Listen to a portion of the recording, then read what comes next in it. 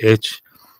We're well into the new year, and during the recess, we had the Durban Summer Souk, where a lot of action took place, and we had very brief programs at the Souk relative to News in Focus. But we start off with a bang this evening. On tonight's show, we're going to chat about some very, very important subjects. First one being an analysis of government's commitment to improve service delivery and performance of politicians. We know very well that the state president clearly mentioned that he declares 2025 to be a year of renewal, vows to clamp down on ill discipline within the ANC, and he's made a certain, sort of recommendations to those that are involved, that he wants service delivery improved in the various levels of government. And he also wants to ensure that people are accountable for the positions they hold. We will also be doing a financial analysis for 2025. We have our resident economist who will be joining us shortly. Then I'm going to talk briefly about NGOs' response to assist in poverty alleviation and unemployment.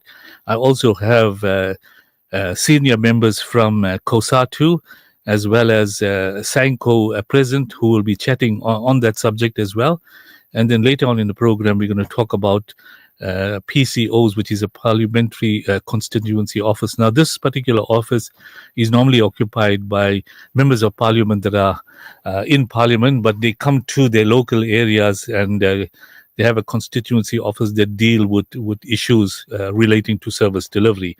The show is interactive, and we welcome your comments, which can be sent to us on the radio WhatsApp number 060-9041-056. So we need to understand that 2026 is not far away, and local government elections becomes quite a topical subject come 2026. And last year we chatted about the state of service delivery throughout the country, and local government being the form of service delivery that is close to the residents of the different areas. If there is inefficient service delivery, then the residents of those areas feel the effect of poor service delivery. Now, 2025 is just 1 year away from 2026, which is when the municipal elections take place. Now we know that in provincial and national elections, it was hotly contested, these elections, and a lot of new parties emerged. And we very well know the performance of the Mkondo Sizwe party, known as MK, that took a lot of percentage of votes away from the ruling party, which is the African National Congress. And this was all linked to the whole issue of service delivery, etc.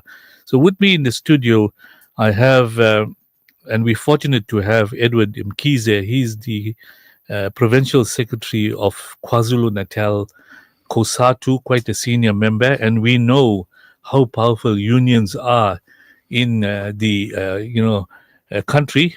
And without much ado, I'd like to welcome Edward. Edward, good evening and welcome to News in Focus live on Radio Al-Ansar International.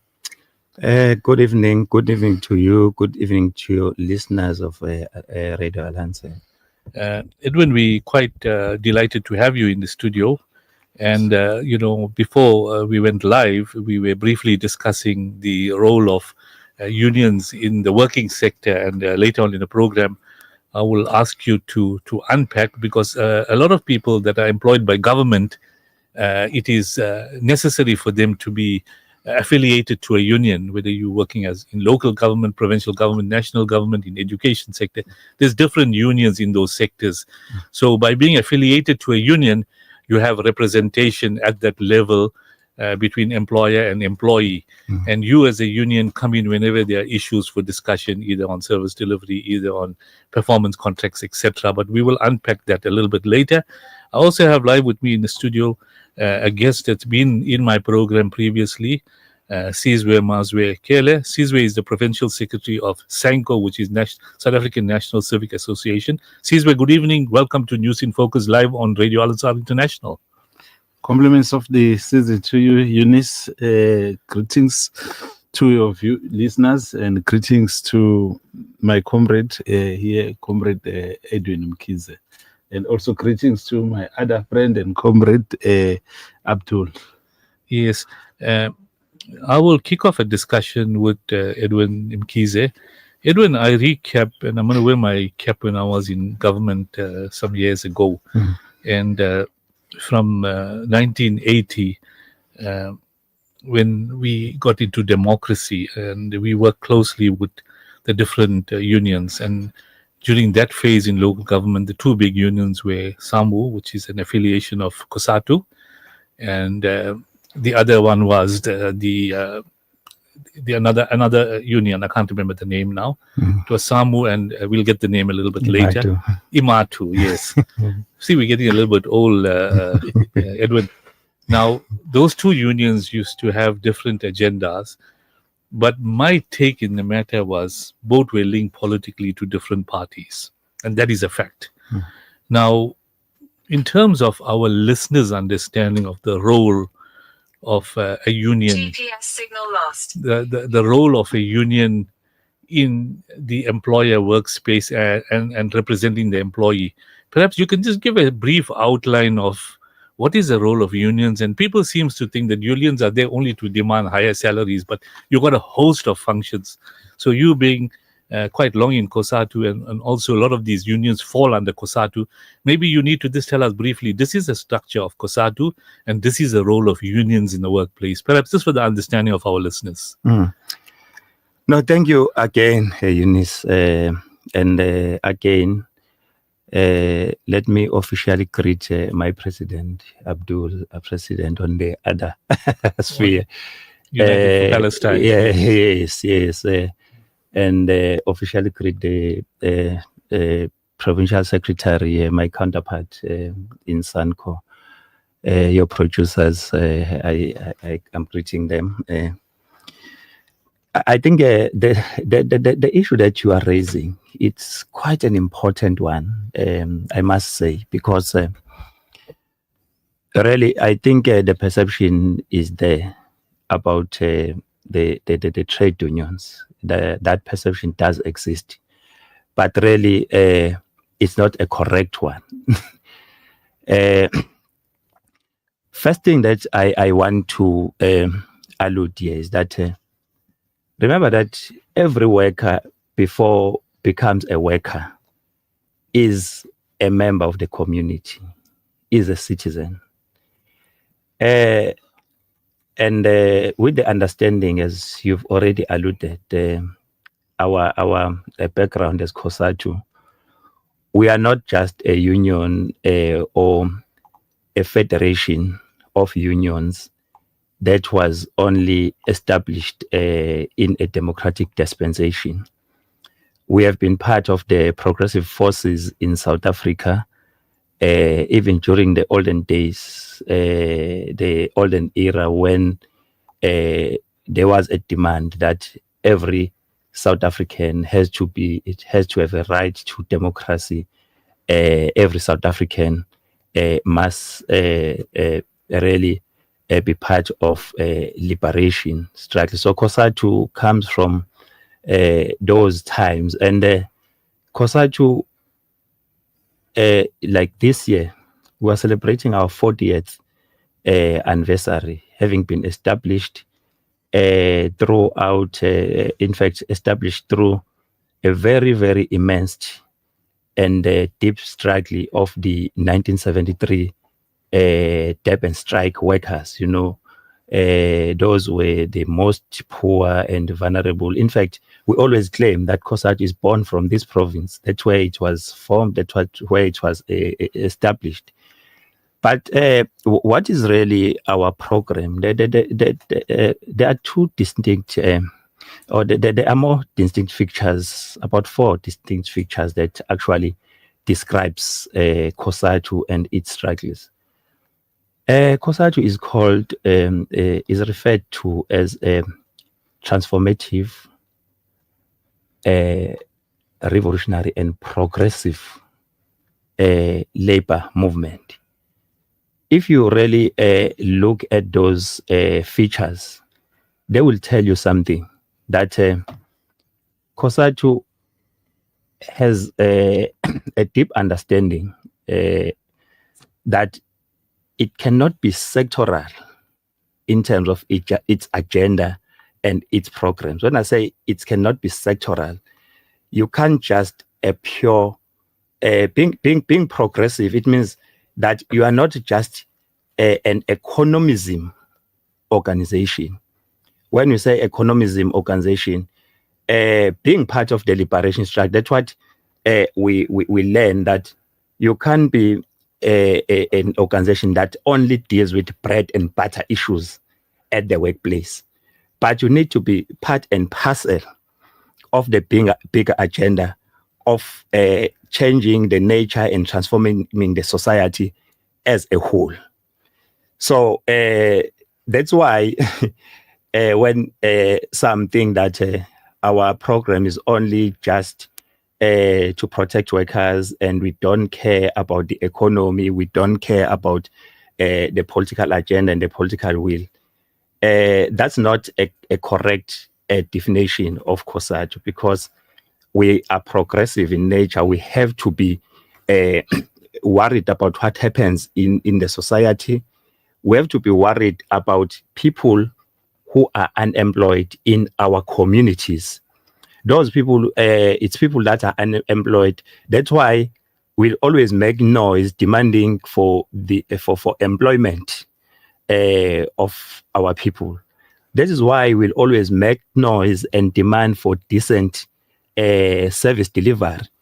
That is why COSATU, even this last 7th of October, when we were on the street, we're not only taking the issues of the workers, but we're also taking the issues that affect our poor communities at large. That's why one of the issues that you can pick up in our memorandum, you'll see that we were raising the issue of the billing system, that there must be a reviewal of a eThekwini billing system, where most of, in fact, most of the eThekwini citizens, one way or the other, you find that they have problems that they don't know, the problem that they've not created, which is not the fault of their own, of issues of electricity, bills coming very high, water, and we're saying that we need to have a deep look on the issue. So that issue is not the issue that only affects workers. Okay. Then let me deal with the issue,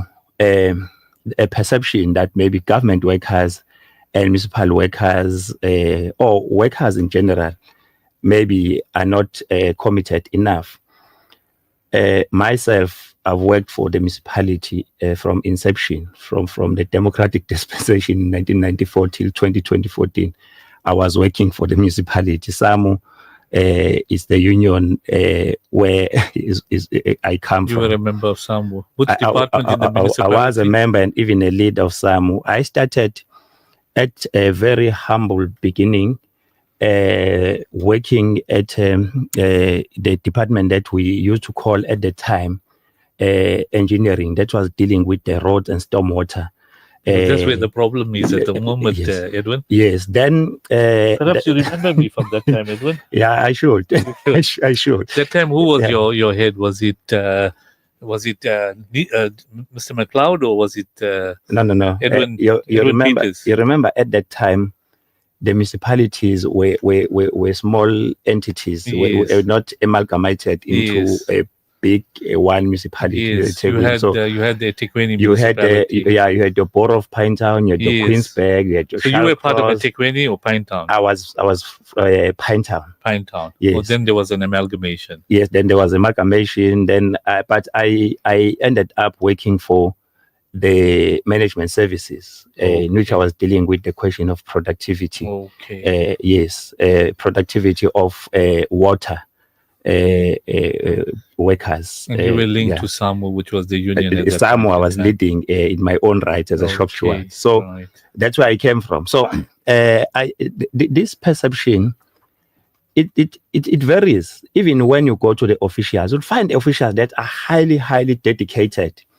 I've just seen the performance assessment of members of parliament, which our friend in the Palestinian Solidarity, Comrade Imran, has performed very well, came number 6. But you may find that there are those who will come very low. So every time people's behaviors will never be the same. And sometimes it's also not very correct to judge all workers on the basis of what other few workers are doing. Correct. We always encourage our members, because the purpose as well of the trade union is not just to cause havoc at the workplace. It's also the purpose of the trade union to make sure that there is stability in the workplace, because as trade unions, we are worried about economy. But the only thing that we always come very strong is when we feel that there are those that are treated at the workplace not as human beings. That's where really we come in. But we always encourage our members to be productive. We always encourage members to take issues of service delivery very, very serious, while we also have to make sure that the right of the workers is being protected. Very good. I think you've gave a broad overview. Later on, we're going to discuss the whole issue of the third part of my subject, which is the response to assisting poverty alleviation, which you've alluded to, and unemployment, because unions don't want their members to be unemployed. We're going to have to find them employment somewhere. Otherwise, criminal activities creep in. But we'll pick up that with you a little bit later. In fact, sorry to interrupt you, just to interject you, just yes, go ahead. A few seconds, Eunice. You said we need to talk about how COSATU is structured. COSATU is a national trade union federation with about 16 trade unions under it. Okay. These 16 trade unions, they operate in various sectors. Okay. And the plight of those workers in those sectors vary, because when you go, you find that some of members are farm workers, some of our members, they work in a big, what you call this oven, the pile, where you find that worker cannot stand there for more than 10 minutes without having been changed and go and drink water and come back. Now, that's what I was saying, that if we wrap all workers in one blanket, sometimes we are very unfair to those workers that highly dedicated. So I thought that point very important. must clarify it. Yeah. COSATU is the parent body of the other unions like SAMU, NEAHAWU, various other with about 1.7 million definitely. Yeah. And then we will pick up later on your alliance with government and the political parties, why you work with government, because you alluded to the fact that it's important that government understands that you not only focus on workers' interests, but also generally on the well-being of government, the economy, and various other issues. Yes. I want to bring in the Provincial Secretary of SANCO, Comrade Sizwe Kele. Sizwe, welcome to News in Focus Live on Radio Alansar International. Thank you very much. Thank you. Now, Sizwe, I was mentioning to you that we had a lot of engagement with ratepayer associations, civic organization, different politicians in 2024 with diverse views on the political scenario of the country.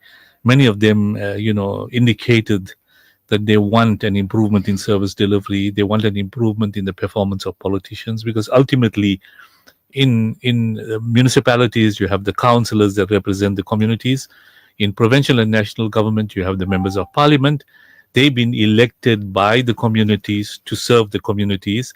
And if they don't speak up there and improve service delivery and deal with the rot of corruption and maladministration, then we're going to end off with the country not being developed. But SANCO being around for many, many decades from my recollection, I want you to briefly just outline, what bodies are linked up with SANCO. And later on in the program, we're going to chat about SANCO's initial role in changing the landscape of this country, because you all fought tooth and nail for democracy and you were part of the struggle for democracy. But in the last 3 or 4 decades, you all been working closely with government and civic and ratepayers associations to ensure that the rights of individuals in terms of service delivery is of prime importance. So firstly, just give us a little bit of a background about SANCO, when it was formed and the structures around SANCO. Okay. Thank you very much for that opportunity. Actually, SANCO was formed in 1992 as a civic organization, which it is even today. SANCO was formed immediately after the decision to dissolve UDF. UDF, which of course was spearheading the struggle when the political parties were in exile. So when political parties were free to participate in pursuing the liberation agenda for the black people in the country, then that's when there was a decision to dissolve UDF. You remember that UDF was not a political party. Yes, definitely. So when UDF was dissolved, so the then leadership decided to say, even though we'll have political parties, but we still have people who are not interested in political issues, who are merely interested in civic matters in terms of making sure that the society is working together, the society is receiving services that they are expecting from the government. That's when then a decision was taken to form this national civic organization, which was going to be an umbrella body for all other civic organizations. So, which then meant that SANCO was formed. So SANCO is a national organization which has got its presence in all 9 provinces. So KZN being one of them, and serving at a provincial structure level. Basically, SANCO is for about people, particularly the poorest of the poor, those ones who will not be listened to when they are speaking. So the idea for SANCO is to say to the society, let us come together, let us protect each other's interest in terms of making sure that we fight against things which bedevil our peace in the society, our security in the society. We have to form street committees. We have to engage the local councillors and the government at any level in terms of making sure that people get water, people get houses, people get whatever that they need. We have to even assist ourselves in terms of combating the issues of abuse of alcohol. So you don't need, you do need government, but particularly first, ourselves as the society, we need to have strong leaders who will be fighting against such things, the abuse of alcohol, which we can see right now ravaging our society, which has become the cause of many social ills that we are experiencing these days. We have to fight against the child pregnancy. So we were worried the other day when we were reading the stats, realizing that there were more than 40,000 children which were pregnant while they were in school here in KZN only. So that's an alarming number. And also we were worried to hear that when this year, when the MEC visited the schools, visited the hospitals in December, 25th of December, to congratulate the mothers who had delivered kids on the 25th of December. Some of them were underage children impregnated by people who were more than the age of 18. So that is a statutory rape. So those are the things that SANCO gets involved in terms of making sure that we achieve the well-being of the society. Because I know we still talk about service delivery, but I want to highlight this, that as much as we want the service delivery from government, but we as the society, we are also aware that we also have a role to play in terms of safeguarding the amenities that the government is giving to us. The same service delivery needs to be protected by us. So that's the level of conscious that SANCO is bringing to the society. Now, I just want to go back to pre-apartheid struggles. Trade unions, civic organizations played a very important role together with the political parties, the underground political parties, to bring about a revolution and change in this country. And if you go back to history, Edwin, we'll recollect that during the apartheid era, the Africans were dumped into the townships with very little or no services, limited water supply, roads are in a bad state, jobs are few and far between, only given employed as general workers, etc. And you take the other non-white communities, the Indian and Coloreds, they were dumped into townships like Chatsworth, Phoenix. Coloreds were dumped into Newlands, we're talking about KwaZulu-Natal, and in the respective areas. and then the white minority were given priority in terms of service delivery. They ran apartheid governments, and during that time, both COSATU, SAMU, and others were fighting for the rights of labor and also other rights. And SANCO from 1992, together with the civic structures on the ground in those different areas, were not only fighting for improvement of services, but fighting together with the underground movement to bring about a change in this country, which a kind of relationship still exists in other places like Palestine, Syria, where the apartheid Israelis is persecuting. And as our President Mandela said, South Africa will not be free until Palestine is free. And we have the President of United for Palestine and also the Secretary General that will be chatting a little bit later. So we're facing that kind of situation worldwide. However, with the democracy, now, I want to come to the point of civic organizations being very, very proactive during the apartheid era, because during that time, there was a lot to lose as part of the struggle. And we know a lot of those comrades are late. I mean, Comrade Bamji just passed away a few weeks ago in Pietermaritzburg. And then you got Comrade Praveen Gordhan and various other comrades.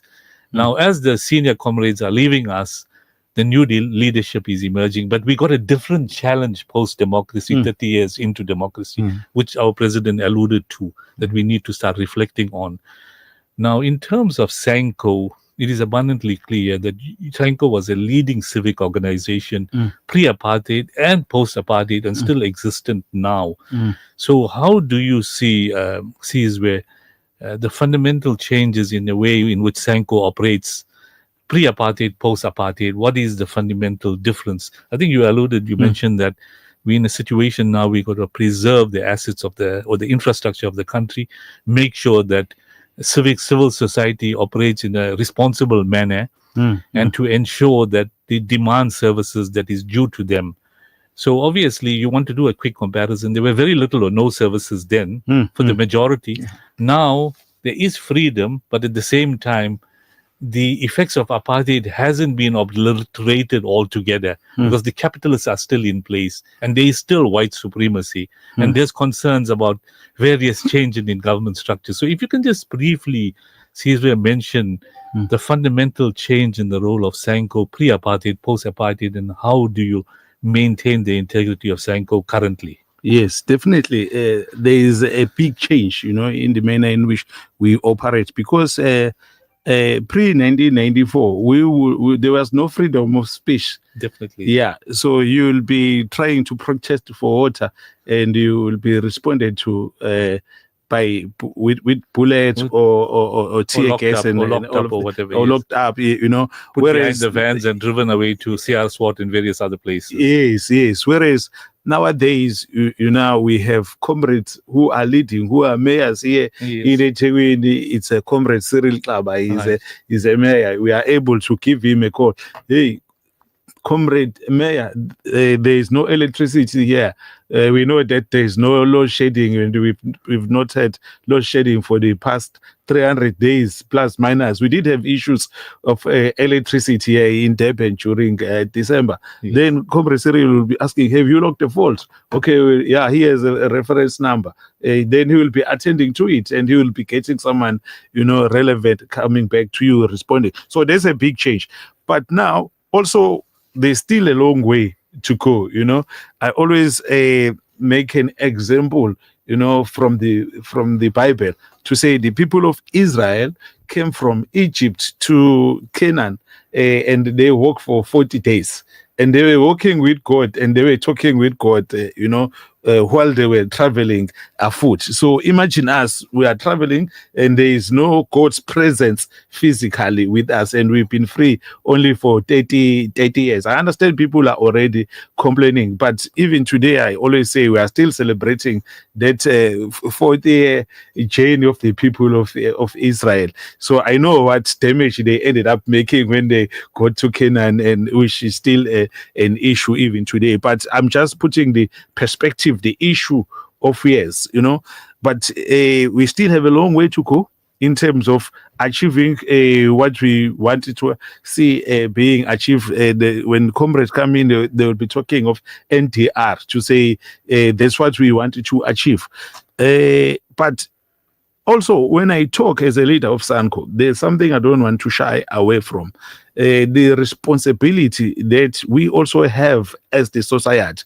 You see what we have nowadays, we have what I term a battle between rights and responsibilities, because people will be talking only about rights without talking about the corresponding responsibilities that go together with those rights. So I say people need to take responsibility to say, as much as you know we've got rights, but we also have responsibilities to live in this country as responsible citizens who understand the global challenges that South Africa is faced with. I think once we begin to understand all of that, including the fact that as a country, as this government that we've got since 1994, we still don't own the mineral resources.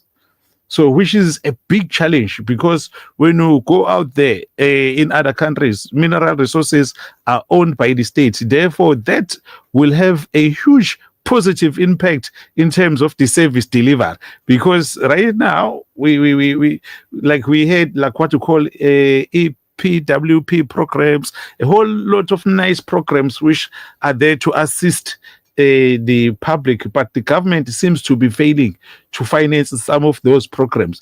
What we need to do, therefore, is to talk about that understanding I was talking about, to say, in terms of generating enough income for the country, we need to go back to to look into the ownership of the country's resources in order to be able to afford the people of this country. So what you're telling us is billions of dollars is being owed by the private sector of government resources. Unlike, three loans.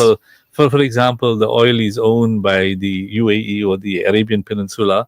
Okay, the West is helping them out, but they have the ownership. So whatever sales come up, it's for them. Whereas here, it is the Oppenheimers and various other guys.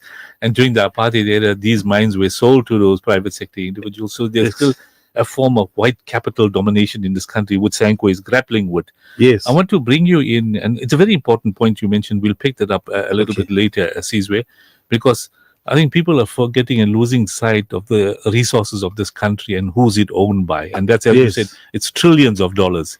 Yes. And the government is grappling with funding, yet an important aspect of the ownership of this country is in the hands of the private sector. And this is the fight of our unions and our civic organizations and other, transformative leaders in this country. Yes, because that's why we want to have a conscious society as SANCO, to make them understand that it's not yet Uhuru. The freedom we have not, we are not totally emancipated yet. So people must come out of the ship-ins, come out of the taverns, and continue with the struggle. Start getting sober. Yes, and start getting sober, because we can't get these resources back if people are already celebrating as if we have arrived. Now, Edwin, I want to bring you in, and I'm going to put on our political caps now. And there is an alliance with government and political parties, with Labour. And obviously, there's an alliance also with civic organizations and ratepayer associations, because ultimately, unions cannot separate themselves from the political activities of the country. And it became abundantly clear that COSATU was a partner of the ruling party in terms of the elections that took place pre-apartheid, post-apartheid, and even currently. Obviously, I know SACP and others are grappling over this whole issue, being alliance to the ruling party, but now they want to go on their own because of the GNU, etc., etc. If you want to briefly tell us, what's the alliance with government and why there's a need for an alliance between Labour and government? I thought you say it's a tricky question. President Abdul is gonna laugh, because this is one of the topics that it's like you were part of us when we were having a discussion during the course of this week around the same. You mean I'm just forecasting what you guys discussed? That, you clued up about the issues. No, in fact, I must say that I always feel strong that I must provide clarity when people says unions have this a relationship with the government. I know that at some stage, was one of the heated debate one day Lenin and Trotsky had the question of incorporation, trade unions, and all that. It's a very deep debate on its own. But I always say we don't have alliance with government, but we have alliance with some political parties. Let me quickly clarify that. How the alliance came into being, it's a very long history, which all of us, we know that it was actually because, as you have alluded, that our struggle as a people of South Africa, the liberation struggle was driven by certain pillars. One pillar was that of mass mobilization. But there was a pillar which also spoke about, which was the international solidarity. You see, our struggle in support of the people of Palestine, it's also informed by that consciousness. So, but during the 19th century, there was that. What they call the Second Comintern, the Second Congress, whereby a clear directive was given that the liberation forces in various countries that were fighting for liberation need to forge working relations with the working class parties of the world, need to form alliances with the liberation parties and organizations of the time. And the alliance comes from there, because what it meant that the organizations such as those liberation movements must begin to work with workers, must begin to work with the other working class parties of the world. They must work with everyone. That's why even the concept of civil movement came into being, UDF and all that. But then that's how we then had this relationship. I was saying there's been always a debate, there's always a call within the alliance, and I'm sure Comrade Swiss will agree with me that the kind of relationship we had as a movement building up to the liberation and the democratic dispensation should have remained the same when we have realized the objective of democracy. Should have remained the same, or it should have been redefined. Hence, there is always this call of a reconfiguration of the alliance. The reconfiguration of the alliance, it says that you must now, we're supposed to be defining the alliance differently from how we used to define the alliance when all of us were fighting for liberation, because we knew that the purpose is to get liberation for everyone. And now we were then all of us focusing on that. So now, when we are in a democratic dispensation, the character of the African National Congress, it changes, not completely, bit changes. It means that the liberation movement in the form of the African National Congress that we were in alliance with, now it's a ruling party in government. It's in government. So what does that mean? It means to us, to some of us who are trade unionists, who are representing the interest of workers, the African National Congress now is an employer to some of us. That alone sharpened and deepened the contradictions between ourselves now and the African National Congress, in which we are in alliance with, which is a liberation movement. But now the government now, which is the employer, it means that the always between the employer and the employees who are the workers, there will be now and again issues of differences, especially in policies. We find that trade unions believe in a particular way, government believes in a particular way, and those contradictions then got deepened. That is why we really felt that we should have had a very deep engagement as to how now the alliance, because some people used to say we are in the alliance with government. I say we're not in the alliance with government, because the government in its own is not only a composition of one party, it's a composition of various parties. And to some of us, it's an employer. So we can't be in the alliance with government. We are in the alliance with a particular organization, with which is the African party, National Congress. Yes, I thought that needs to be. But what has happened, there are lots of things that has happened during the democratic dispensation. You spoke about the service delivery, the unhappiness of people and all that. One theory that I also learned at school was that sometimes people do not really have a problem, a challenge that the government is not delivering, because you spoke about how we used to handle to witness service delivery during those times of apartheid, where our people in the society were not treated equally. But after the democratic dispensation, there's been a massive investment in the infrastructure, building of houses, now addressing people in deep rural areas like Nongoma, Ngutu, and everywhere, who never thought that one day we'll have electricity, who never thought that one day we'll have water coming from the tap.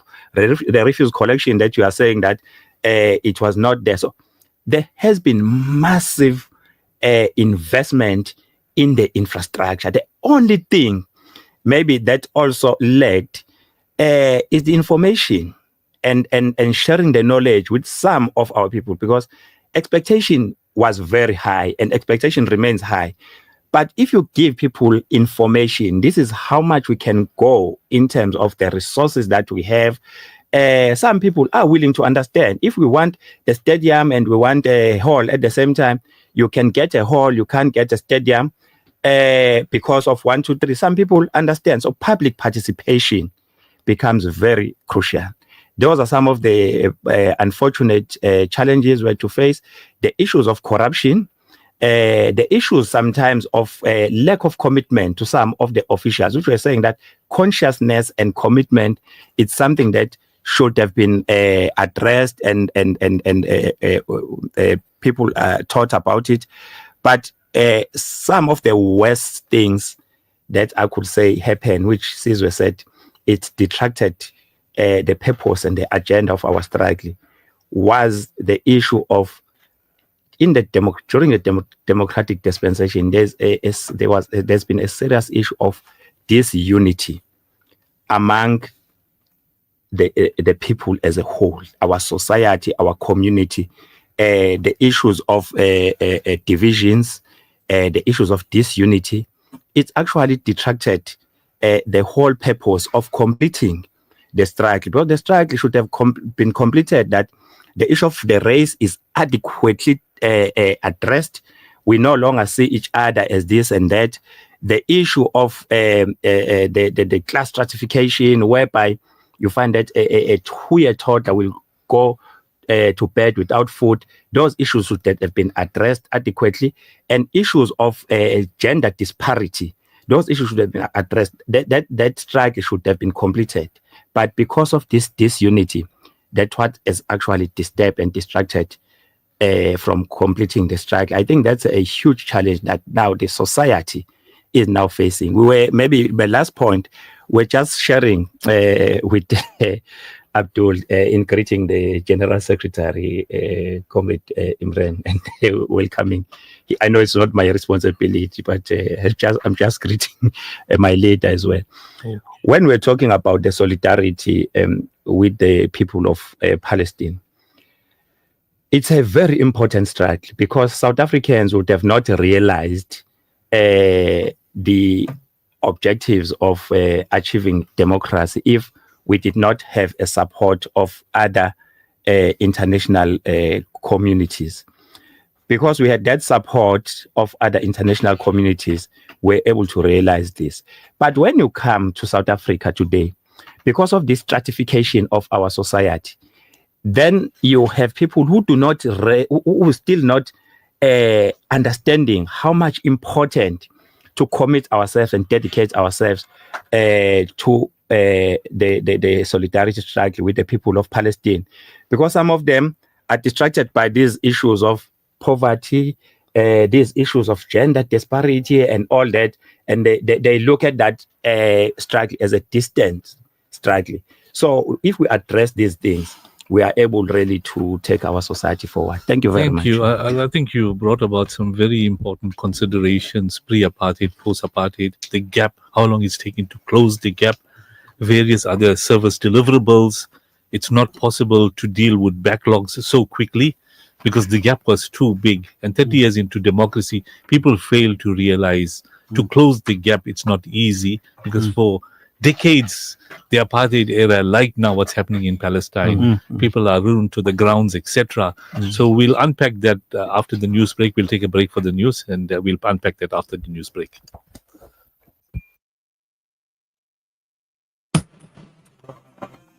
An informative Islamic global perspective. This is Al Ansar News.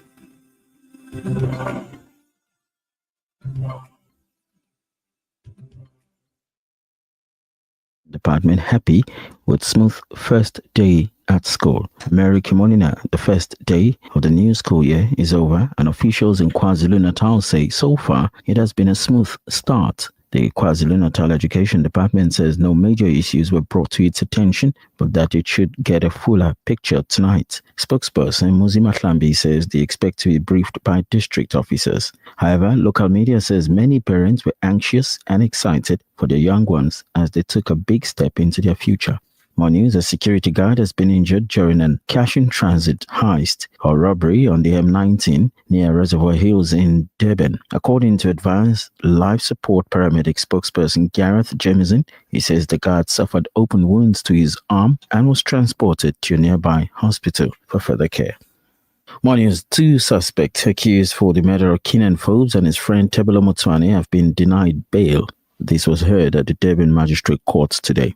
Imziwe Temba, Harvey Gwebani, and Lindogutle Ndemande filed a notice of motion for bail citing new developments in the case. The two, alongside their accused, were arrested in February of last year and have all previously been denied bail. Forbes and Motwane were shot and killed outside a Durban restaurant on the popular Florida Road almost 2 years ago. Magistrate Vincent Leshwai delivers his verdict. The finding of this court that this court cannot and this court should not assist the applicant because the facts presented before this court are either not new and they should not be entertained, and applicant's application to be released on bail is again refused. Gentlemen, the matter against you is postponed for indictments until the 7th of February. You are both to be kept in custody. The County Education Department has extended the online placement deadlines for grade 1 and 8 pupils to the 30th of January. This comes as frustrated parents complain about standing in queues for longer hours outside district offices with little to no assistance. Some of the parents have shared how they had been to various schools and told that their children are not on the register. The same situation also played out in Pretoria, where thousands of parents are hoping to find placement for their children as the 2025 academic year begins. Pius Elesifi is counting premier. He is waiting in and assures parents. Please tell the MEC, don't close, which is the price we're paying. I said to the MEC, don't close. No parent must be closed out. The mere fact that parents prefer to come to Gauteng, we must accept that. It's got its own challenges, but it's an issue that we managed every year. Last year, we had almost close to 5,000 people on waiting list. We all placed them. The problem is the pace. Parents believe that must place them today because schools are opening today, whereas we need to take what we call 10-day statistics. 10-day statistics means that we go to all the schools to check which school is opening, and on the basis of that start to place them. So all the parents that are on the queue, all the parents that need, if you are in Gauteng, your child will be placed. The only challenge is that you might not be placed at the school that you want, but to be placed, you are going to be placed. Action SA has merged with political party known as Forum for Service Delivery to form a single organization. The merger was announced during a media briefing in Johannesburg today. Going forward, Forum for Service Delivery will campaign under the Action SA banner, and its members will join Herman Mashaba's organization. The party, founded a decade ago, is represented in various municipal councils across 5 provinces. Action SA National Chairperson Michael Beamon says the union will strengthen both parties' presence in preparation for the 2026 local government elections. And finally, international story. Iran has cut its tariff on gold imports to zero amid efforts to boost the country's gold reserves and to facilitate the return of funds held in other countries due to U.S. sanctions. The Iranian National Tax Administration said in a statement today that imports of raw gold, platinum, and silver will be free from tariffs and any other taxes imposed on imported goods and commodities, including value-added tax. The Iranian National Tax Administration Chief Mohammed Hadi Sobhania says that the decision to cut gold imports to zero complied with regulations adopted by Iranian policy-making authorities, adding that the zero-rated duty will be valid until November 20th, 2025. The weather, 20 degrees. A quick reminder of our top story. The first day of the new school year is over, and officials in KwaZulu-Natal say so far it has been a smooth start. Spokesperson for Education, Muzima Hlambi, says they are expecting to be briefed by district officers tonight. That's the news. This Azan is sponsored for the Isale Sawab of Marhum Muhammad Farooq Latib and all Marhumin. May Allah subhanahu wa ta'ala grant them the highest abode in Jannah. Ameen. Allahu Akbar,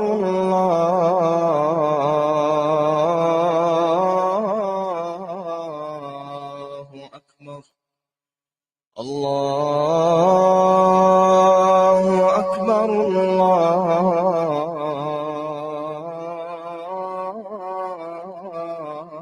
Allahu Akbar. أشهد أن لا إله إلا الله أشهد أن لا إله إلا الله أشهد أن محمدًا رسول الله أشهد أن محمدًا رسول الله حي على الصلاة حي على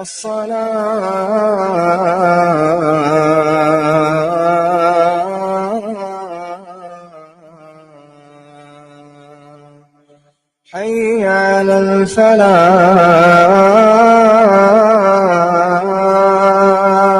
الفلاح حي على الفلاح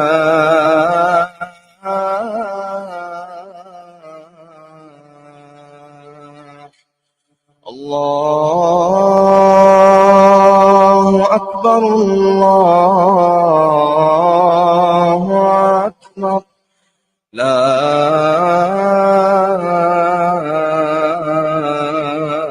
إله إلا الله.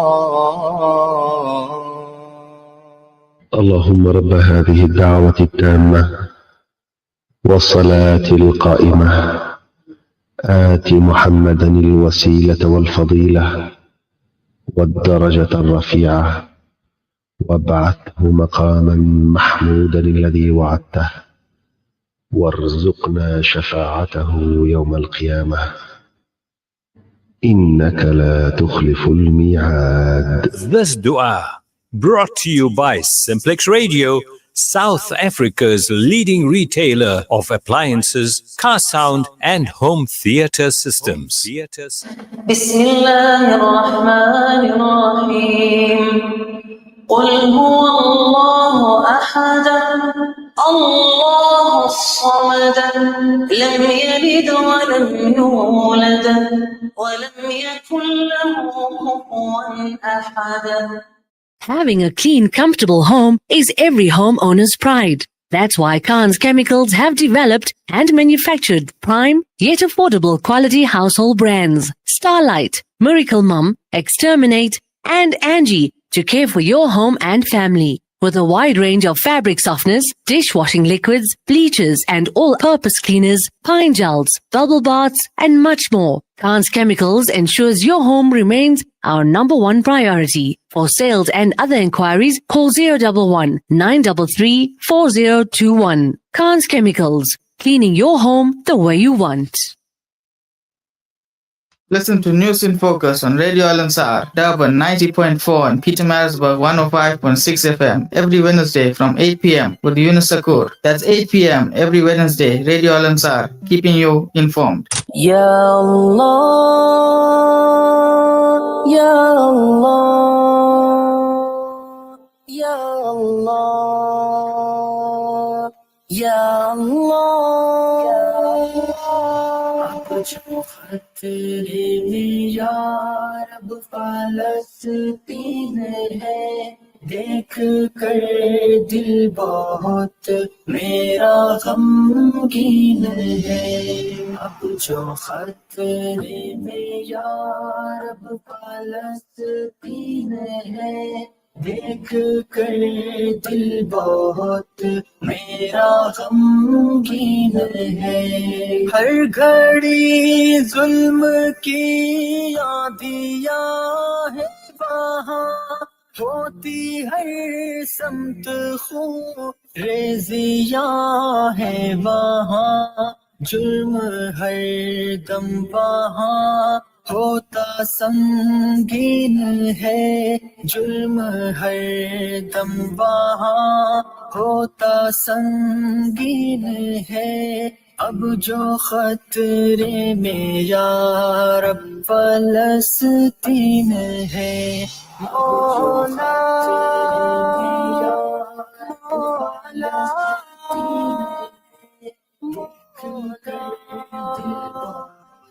میرا غمگین ہے اب جو خطرے میں یا رب فلسطین ہے دیکھ کر دل بہت میرا غمگین ہے ہر دعا کو فلک تک رسائی ملے اہل غزہ کو یا رب رہائی ملے ان دعاؤں پہ میری بھی آمین ہے ان دعاؤں پہ میری بھی آمین ہے اب جو خطرے میں یا رب فلسطین ہے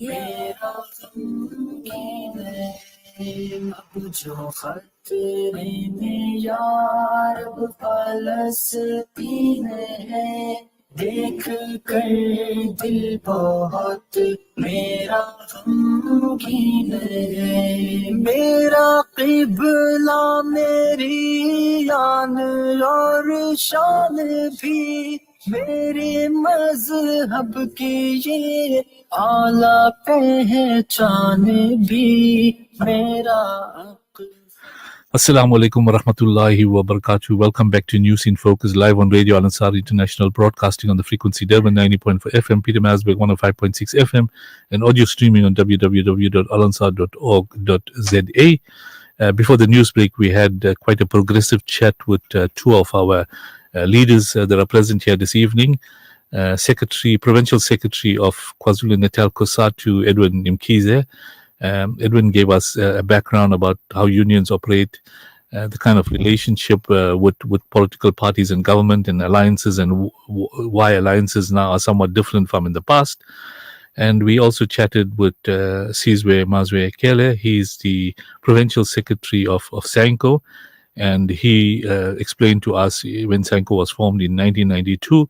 He explained the role of Sanko during pre-apartheid, post-apartheid, and some of the challenges that Sanko faces as a civic organization because of the emergence of lots of other civic organizations. We're going to chat briefly about unions and civic organizations' response to assist in poverty alleviation and unemployment. But before that, I'd like to welcome the honorary MP, Imran Subrati. I know he doesn't like the word honorary, but I think in political terms, they refer to them as that. And he's the General Secretary of United for Palestine.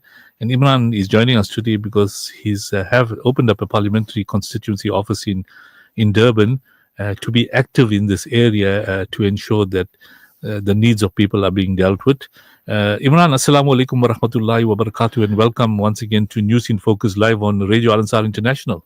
Walaikum salam wa rahmatullahi wa barakatuh, Yunus, and thank you so much once again for having me on your show, and greetings to the listeners of Radio Al Ansar. Let me also take this opportunity of greeting the leadership that's present here in studio with us, the leadership from COSATU, the Provincial Secretary, Comrade Edwin Kiza, as well as the Provincial Secretary of Sanko, Comrade Sizwe Tele, as well as our President of United for Palestine and my leader Abdul Valodia, and to all the listeners. Now, you know, Brother Abdul Valodia is present, but he keeps far away from the mic nowadays. He tells me he likes to work behind the scenes because he says, you know, unsung heroes are born from the good work they do, but they don't want popularity. So, Abdul, you know, we have no problems. You want to give your comrades a chance to chat. Imran, I just want to change the subject slightly, Sure. and I'll get back to both Edwin and Sizwe shortly. I know that you've been working hard to open up this constituency office. And when I interviewed you at the Durban Samasuk last year, just a couple of weeks ago, you mentioned the need for having this office because you don't want to be an MP and your community is far from you. Because I know you're based in Cape Town, but you'd like to ensure that the needs of the community that recommended you to be appointed as an MP becomes of prime importance. And when Cesar was talking about civic organizations, he mentioned the active role that civic structures made to bring about democracy. But also he differentiated and mentioned that currently civic structures are demanding improvement in service delivery, notwithstanding the fact that we do have democracy, but they're holding government accountable. In the past, it was about no services, but now it is about compromised service delivery. And you know, in the break, I was chatting with both Edwin and Sizwe, and both of them agreed that, you know, we're not going to compromise with service delivery, whether it was pre or post apartheid. If officials and councillors and MPs are elected, they must be held accountable and they must deliver. So, Imran, if you can just give us a little bit of a synopsis on why the need for a constituency office and your reaction to improvement in service delivery and responding to the constituency needs. Thank you, Yunus, once again, and thank you for having me on your show. Let me firstly, Yunus, use this opportunity, since it's the first time I'm on air, since the release of the metric results, in defining what service delivery is, we must look at the broader definition of service delivery. Service delivery is not only limited to the potholes that we need to fix or the water crisis. These are essential. The water crisis is essential. But service delivery deals with the entire ecosystem of delivery of a government. For example, I sit in the portfolio of communication digital technology. And in identifying what is service delivery, then service delivery is to create a digitally connected infrastructure in the country. Now, our people don't see that. We have defined and limited service delivery to the potholes we see in our streets, and that needs to change. And against that backdrop, one of the critical service delivery that I think South Africans and certainly KwaZulu-Natal must celebrate, and this I can say it proudly, was done under the African National Congress, in that we delivered the most successful matriculation results in the country. And I think that's perhaps one of the most amazing epitomizes service delivery for me. I have been involved in public schools in Sastry College. My entire journey as a parent has been in public schools, and I'm acutely aware of the challenges we face. And despite it all, we have really excelled in terms of service delivery in our schools. And I must give credit to the African National Congress, which held that fort. Despite the challenges, it was criticism, I think it has delivered. And now if you just look at the results that came through, KwaZulu-Natal came in at 89.5% at number 2 in the country. But do you know, or at least that is why I'm so inspired to share this, that KwaZulu-Natal had 1,000 or has about 1,750 public schools that it has in its portfolio, the Department of Education. And the Free State, which came in number 1, I think has about 350 schools. So can you imagine? KZN came in number 2 with 1,750 public schools it had to manage compared to the one that came in number 1. And I think the difference was 1.5%. So Yunus, this is a phenomenal achievement that must be celebrated. Now, this epitomizes when you stick with your guns, when you focus on service delivery. So I want to use this opportunity of complimenting the hardworking teachers, principals, governing bodies, and above all, our learners for really making us proud. In South Africa and specifically in KwaZulu-Natal, I think they should take a bow. We've really, I would say that in terms of weighted average method of valuing, I would say that KZN was the number 1 performing province in terms of education. So well done for me in terms of service delivery over there. Yunus, in defining again service delivery, one of the crucial aspects, and historically I've said this, is that there's been a disconnect between parliamentarians and between what happens on the ground. Once a person goes and becomes an MP, we hardly or rarely see that person there. And admittedly, the person, an MP, spends most of his time, if he's in National Assembly, in the legislative capital, which is in Cape Town, legislating, etc.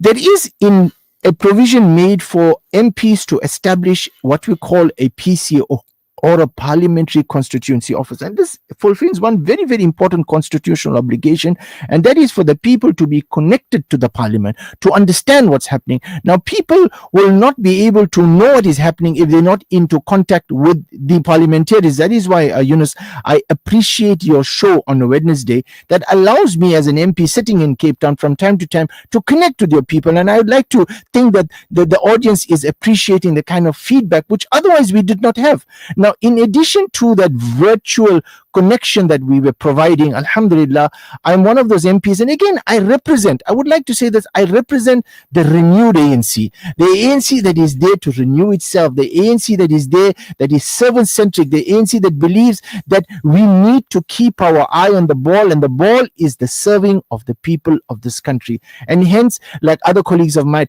I've put my hands up to establish what we call a PCO, a Parliamentary Constituency Office, which inshallah is in the process. In fact, from Monday, we've signed up the lease. It is being established in Argyle Road and Windermere Road corner in Durban. I've chosen a location that's very central.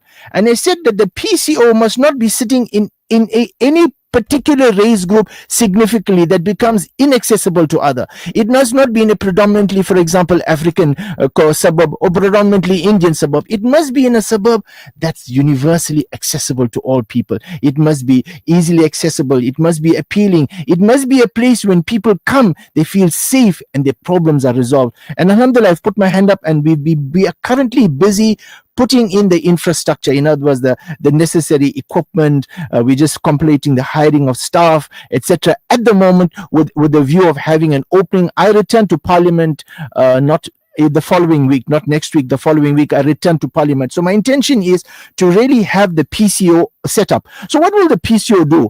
The PCO will be a means through which our people must be able to come to us and we will connect you. So I envisage initially us getting involved in a lot of the local government issues of service delivery, issues of burst pipes. So we've already done, as part of our homework as a caucus of the ANC last year, we've already, just to give your viewers and your listeners an indication of the extent of where my constituency extends.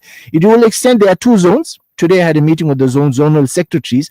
It extends from Clearwood till around about Umshlanga, Greenwood Park, Effingham on that end there, and then it will go as far as Sherwood, right up to the beachfront. So it's a huge area of constituency. There's about 10 wards that falls within, not 10 wards, sorry, about 18 wards that fall within my level of accountability.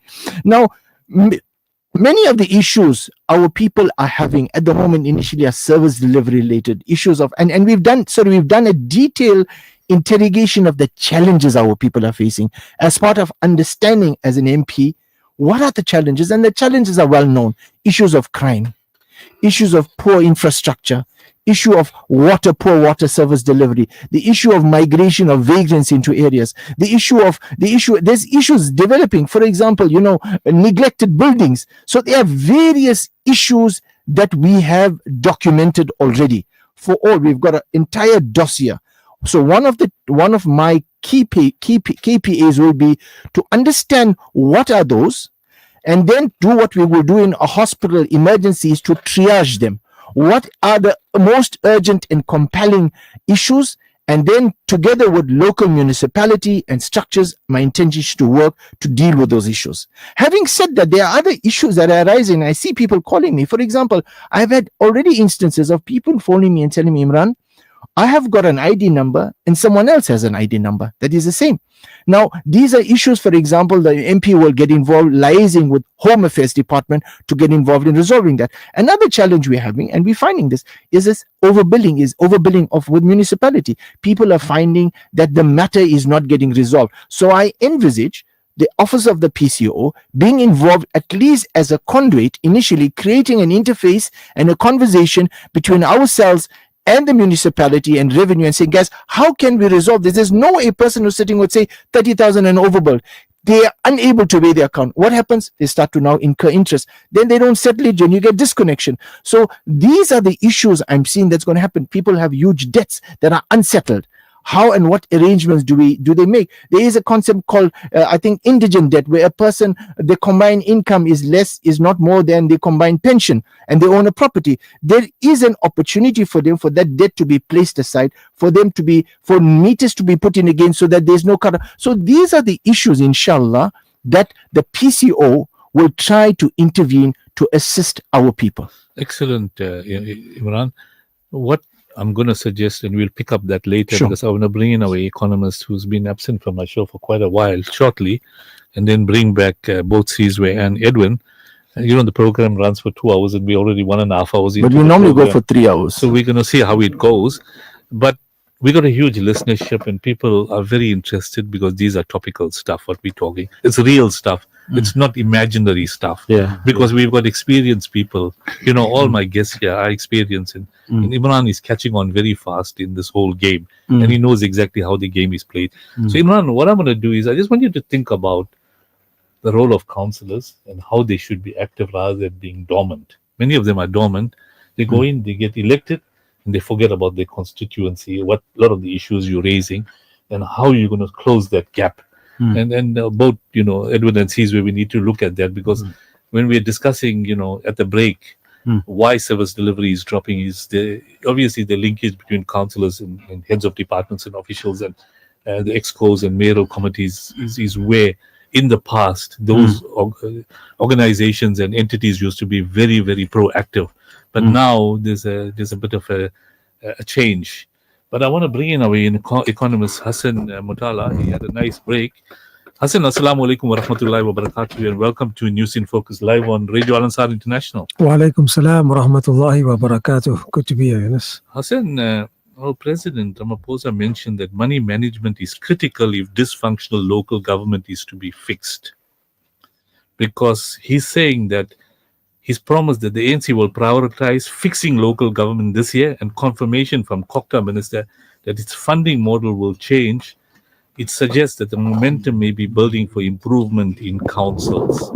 Now, I think you and I discussed last year when we were referring to the Auditor General's report on, the qualification of audit reports in municipalities, and 75% of the municipalities received qualified audit reports, including some of the bigger municipalities, and some of them are in administration and in section 154 like eThekwini. So the bigger municipalities like Msunduzi, eThekwini, Kwaduguza and others are battling in KZN, and that includes Gauteng and other areas.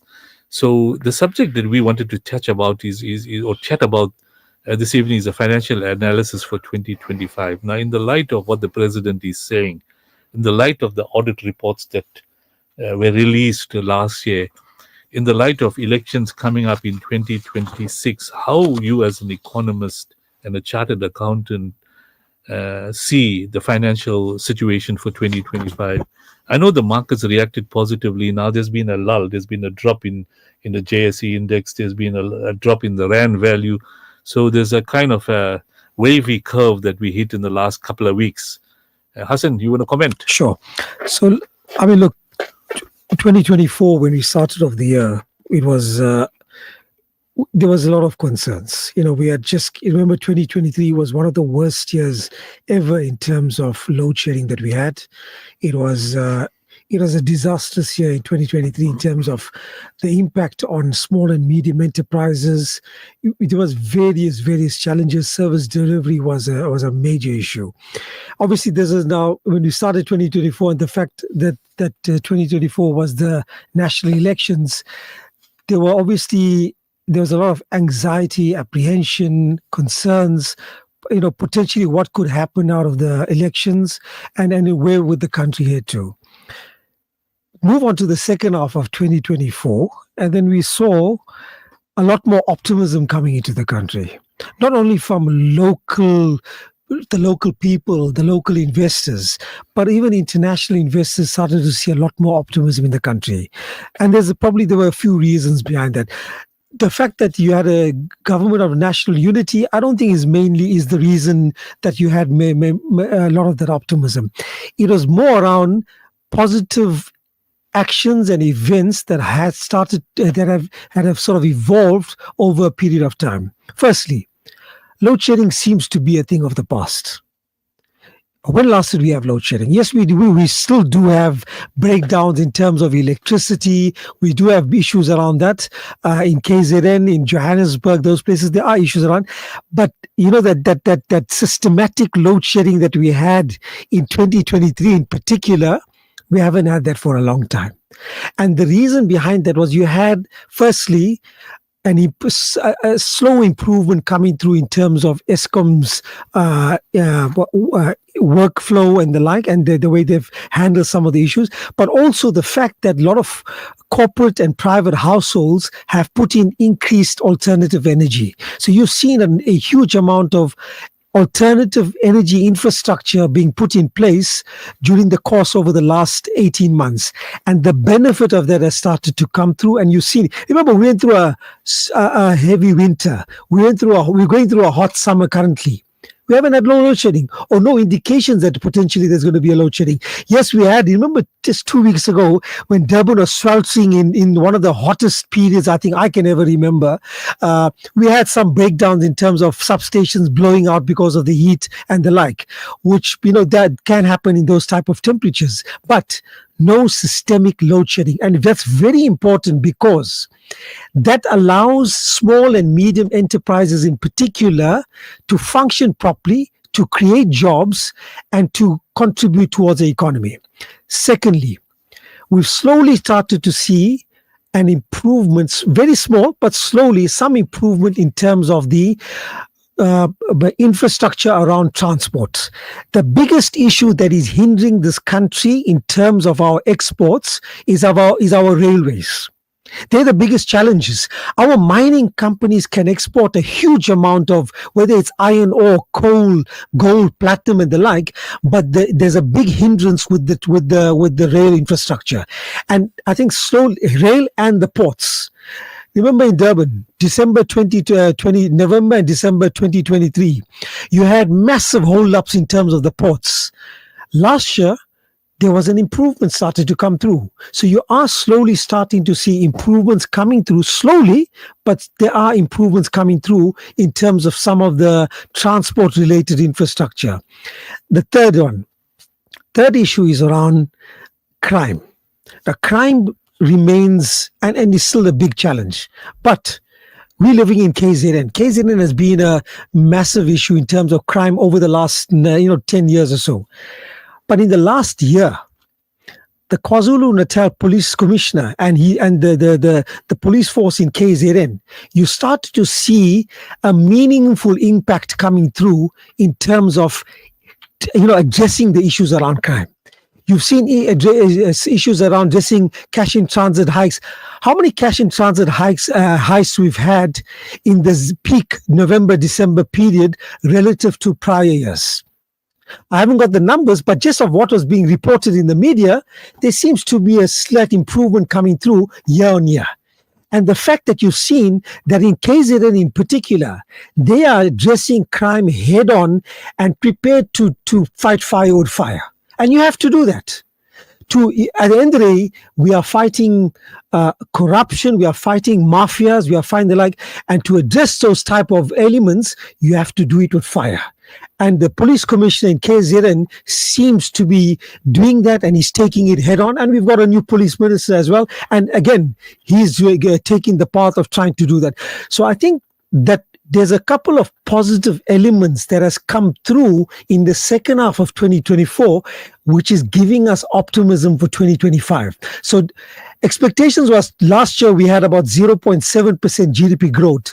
For this current year, expectations are anywhere between 1.5% to 2% GDP growth. While not fantastic, it is definitely a meaningful improvement on what we've seen in the last. So to put it into perspective, over the last 10 years, the average economic growth of this country was less than 1%. You cannot have that in a country where a population is growing, the people that are moving into the workforce is growing. There's going to be increasing unemployment if we don't grow our GDP by 3, 4, 5% per annum going forward. And we have to move more and more towards that. So yes, 1.7% we're not there, but it is 1.5 or 2% is not there, but at least we are meaningfully, we are slowly moving and improving towards that. So I think there is optimism around that. I think we had a very good December in terms of tourism. Cape Town, Durban, even other in Mpumalanga, those areas, majority of the main tourist areas, I think in the country, I think had a relatively good December. International tourist numbers are up year on year. We'll get the numbers, in the next month or two, numbers will come out. But indications are that you've seen they're coming through, numbers are up. But again, we have some own goals. Or Tambo, lack of fuel. How can the largest airport in the country, which is handling so much of international travel, have an issue of shortages around fuel and challenges around that? It's an issue. And that remains a concern around OR Tambo in particular that could hamper in terms of tourism going forward. For me, there's two big risks, though, going into 2025. One is an international and an external risk, and the other is a local risk. An international external risk is the fact that we have the blonde-headed man or ginger-headed man that is now going to be the president of the largest country, one of the more powerful countries and largest economies in the world. He's coming into play very shortly.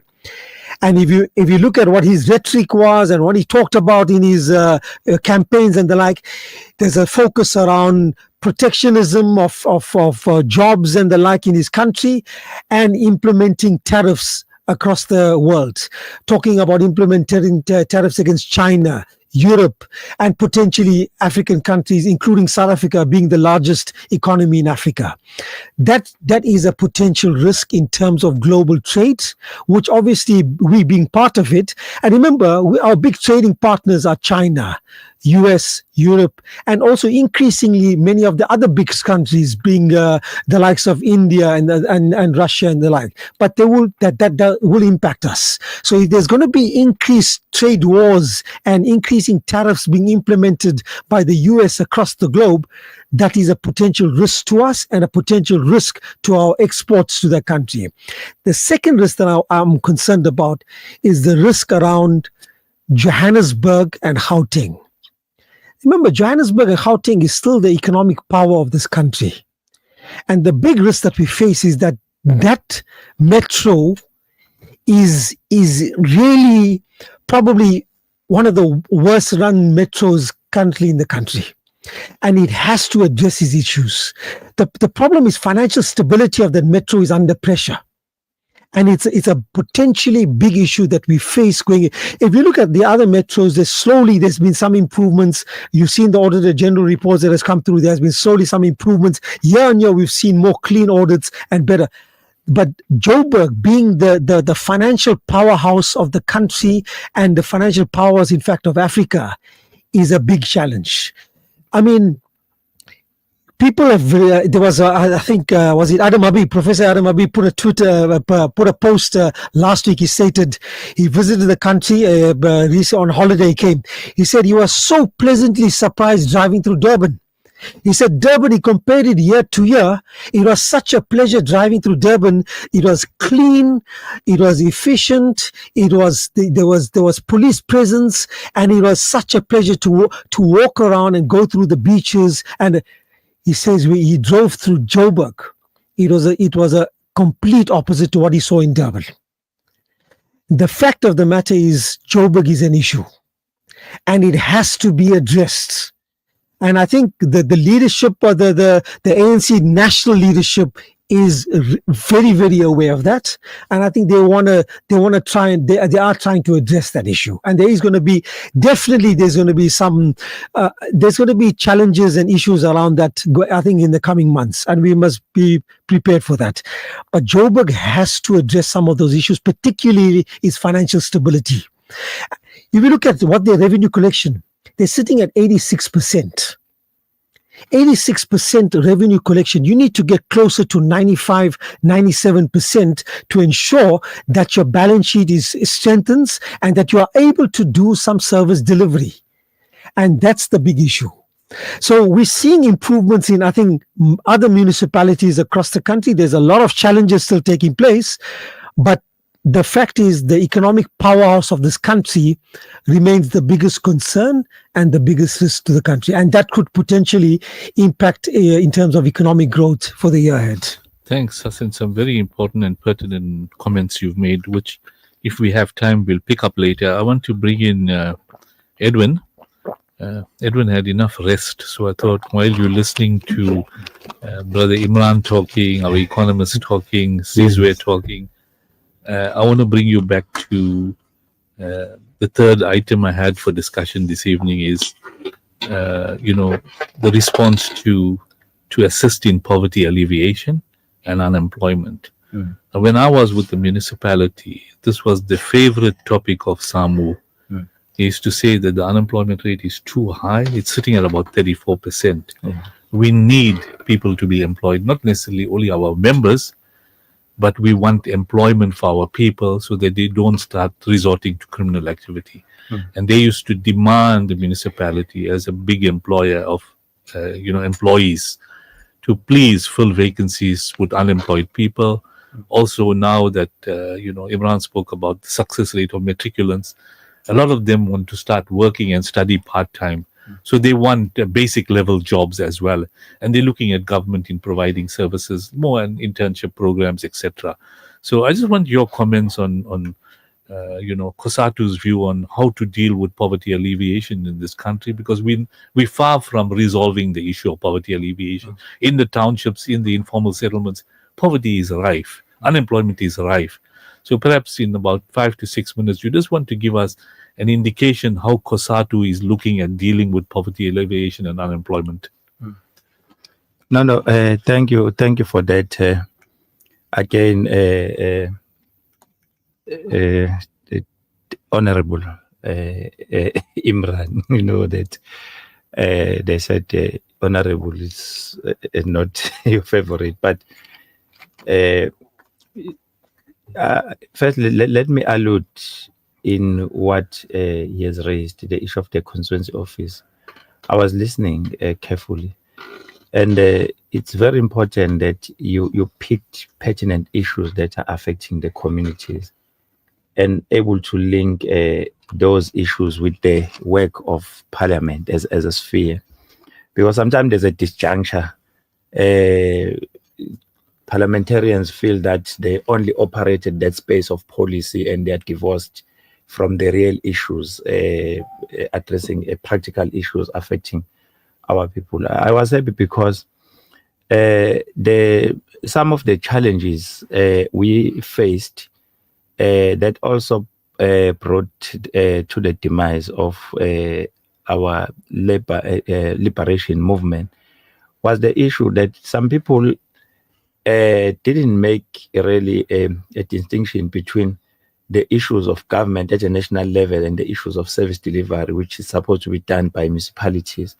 And you find that the elections were defined as well, along with the challenges that are there in service delivery. So I think these are very important questions. And also, Hassan, what you are raising, you see the issue of the economy, that in our country, one of the challenges you're looking at, our economy is becoming more of a service economy.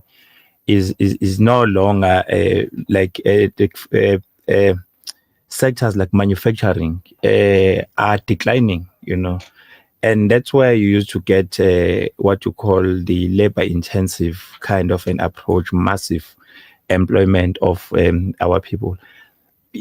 I don't think really there is any more fundamental way of dealing with the issue of poverty alleviation without dealing with the issues of employment, and really you are talking about it in terms of the narrow definition. In terms of the expanded definition, our province KZN is suffering of around 43% unemployment. So that's a serious challenge, because I think it also tells you that we have not made sure that in all parts of our province there's economic activism. You find that some people see the reason, the need to live or move from the areas like our nice rural areas and coming to Durban, because that's where they think that they can find jobs and all that. So it's very much important that we need to make our economy active and functioning. In fact, all the corners of our province. So, as COSAG, we've always emphasized on the issue of the labor-intensive job creation. But the most unfortunate part now is that we are competing with technology. Let me make just a practical example. The road that we are now building, the N3 project, during the olden days, you could not just do such a work without really observing, witnessing a number of workers moving up and down and all.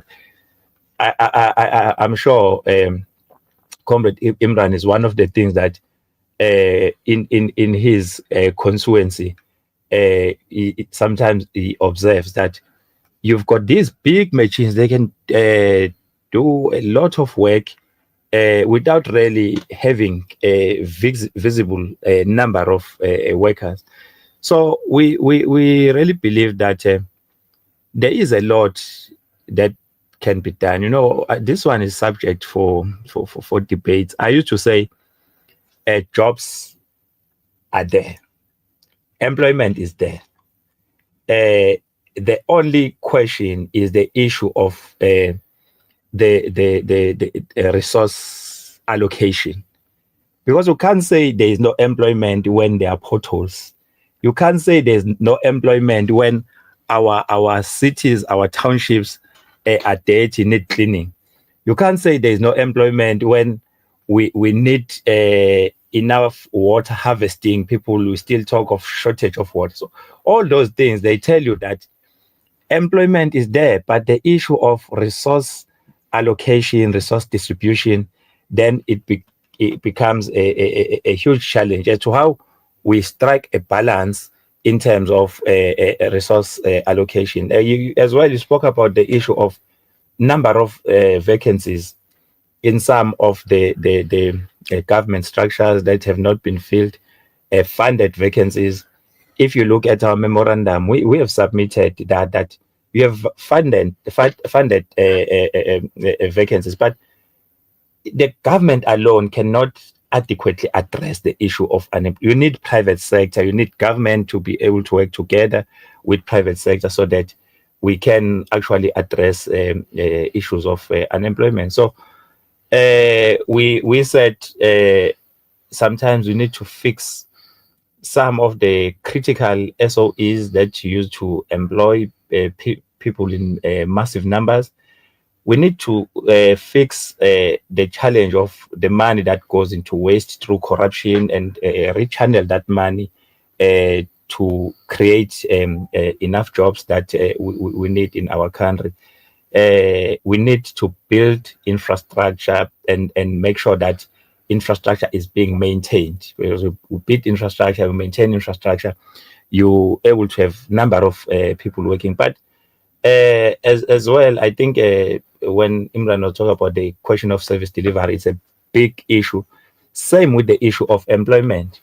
It's also not just about that. How do we deal with the issue of skills development, the critical and necessary skills that we need? Because when we deal with the issue that some of our jobs are taken by some certain people and all that, sometimes the issue of the skills come as one of the serious question.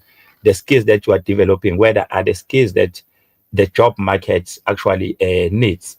So those are the issues that we really have to address. How do we link up our institutions such as TVET, universities with the companies to say these are the skills that we need, so that the very same youngsters that are coming from matric, when they go to those institutions of high learning, they are able to study the skills that can give them some kind of an income, with even being employed or not employed.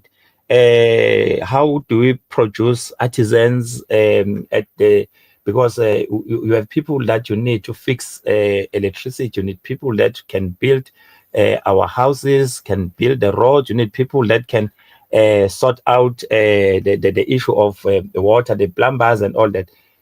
So it's very much important that it must be connected to the issues of the skills. So there are a number of issues that we have put as COSATU even in this presidential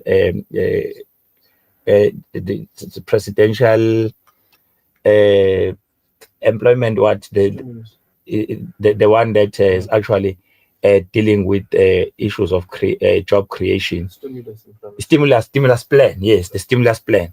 We have been active. We've put proposals in the province as COSATU. We are active. We've got our own provincial kind of network now. My comrade Sizwe now is also part of it, which we call Economic Council. We look at a number of issues. He spoke about the global economic trends. Yeah. Yes. What are the opportunities that are there when countries like Russia happens to be in war? What are the things that in our country we can, what opportunities that we can exploit?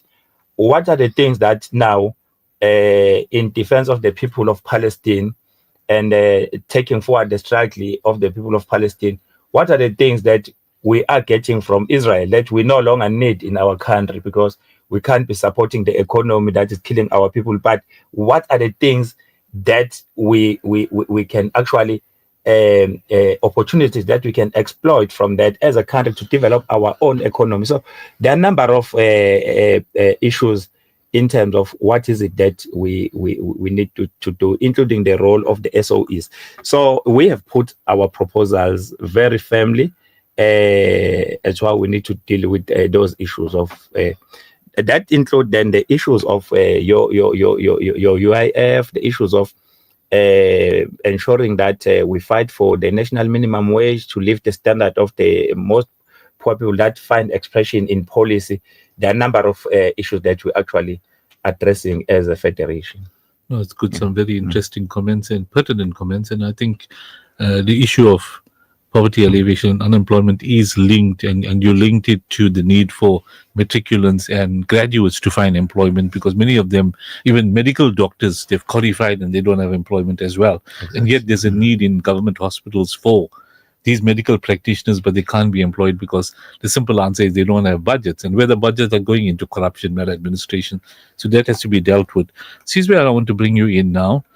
We said that President has said that he declares 2025 as a year of renewal, and he vows to clamp down on ill discipline with his ministers, because as Edwin pointed out that Imran was one of the top 8 guys in terms of performance in government in the last 6 months. And, it is important that ministers that are MPs that are appointed, they do their work. Now, from your perspective as SANCO, because you're representing a large forum of civic organizations, and civic organizations are an oversight body in the performance of the various levels of government, including local government.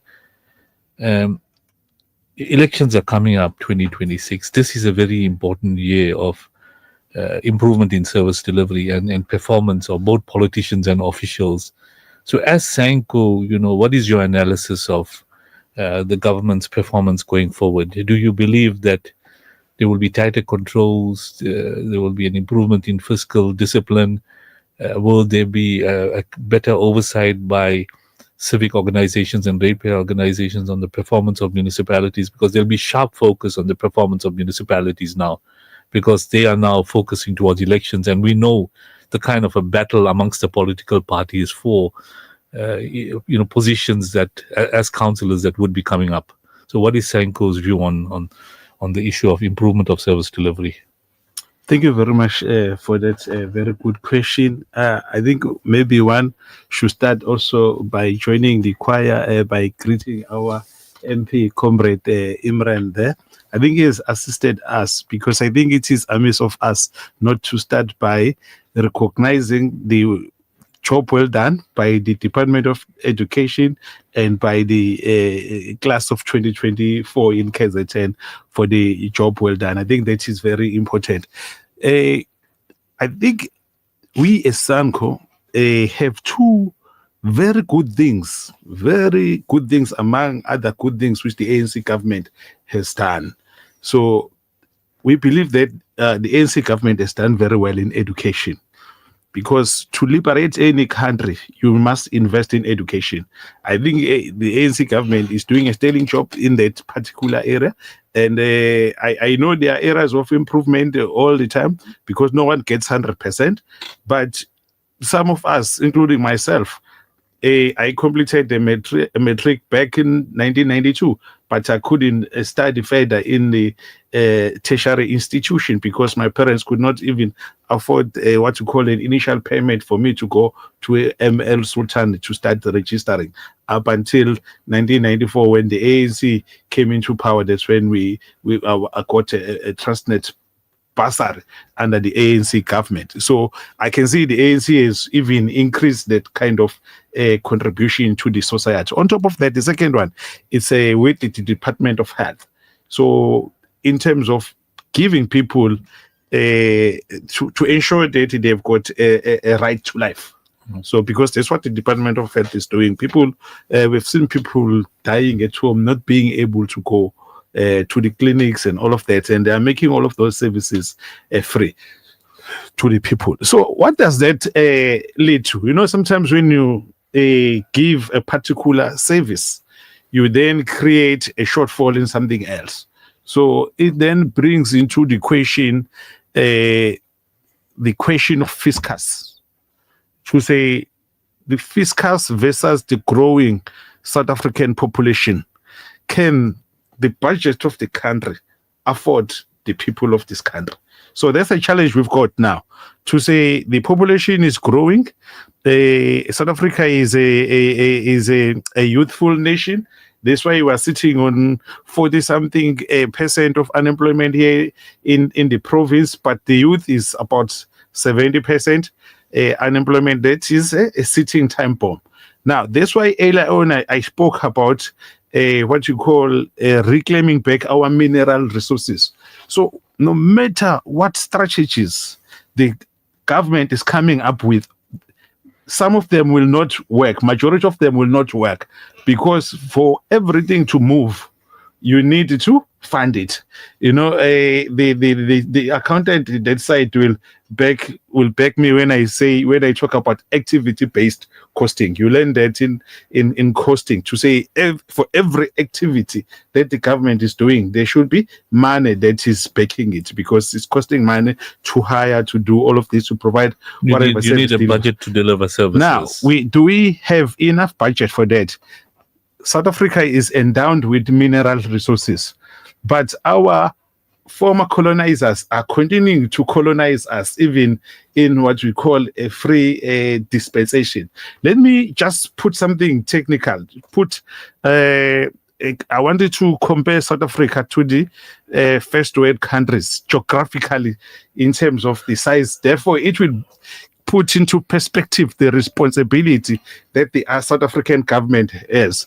You know, in terms of the size, South Africa geographically in the world is the 24th biggest country in the world. It is 1,201,000 square kiloliters.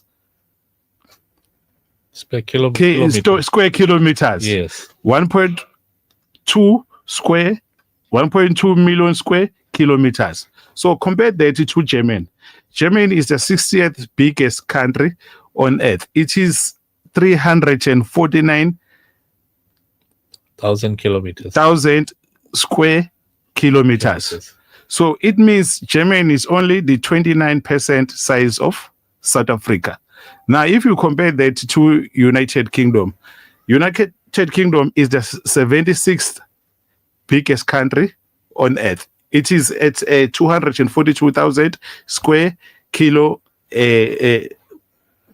kilometers. So it means it's only 20% the size of South Africa. By the way, the United Kingdom consists of England, Wales, Scotland, and Northern Ireland. You see, when they say, for instance, the United Kingdom, they've developed it geographically.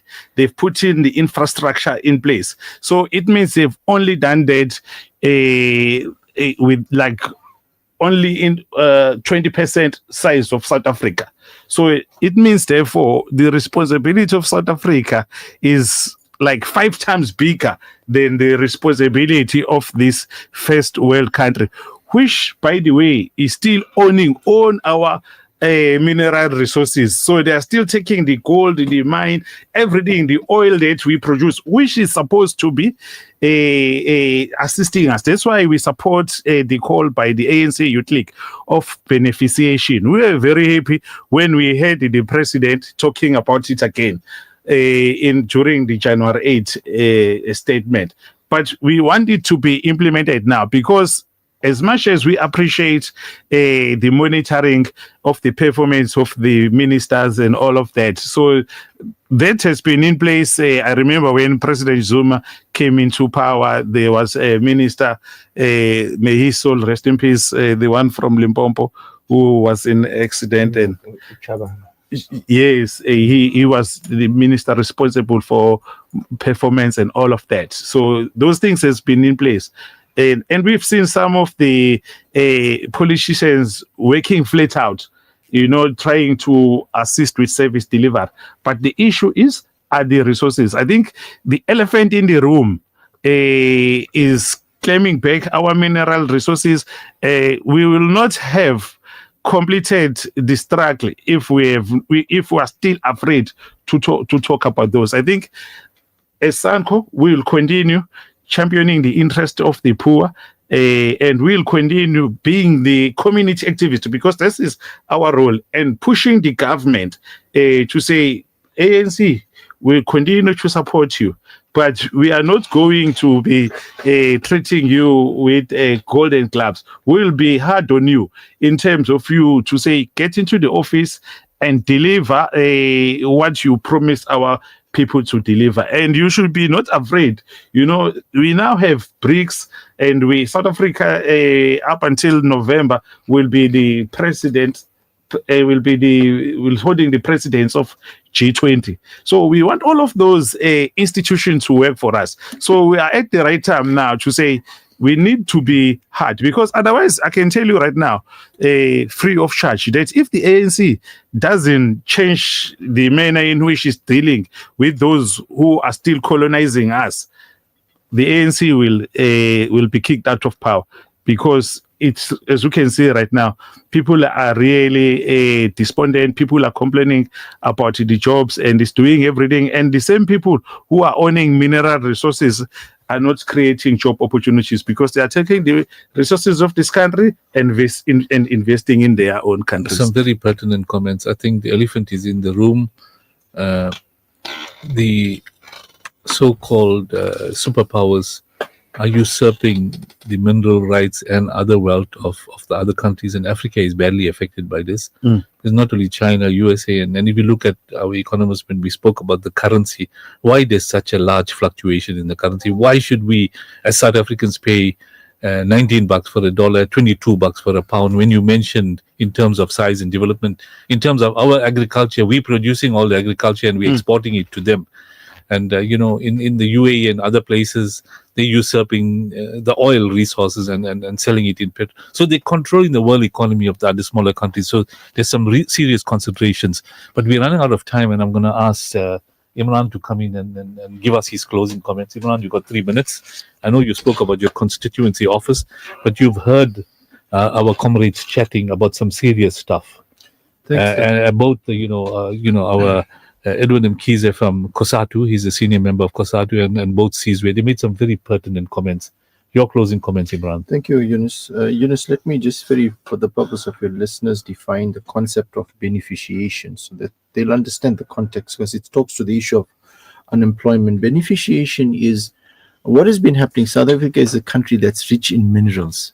And what we have been doing, we've been exporting the minerals as raw materials.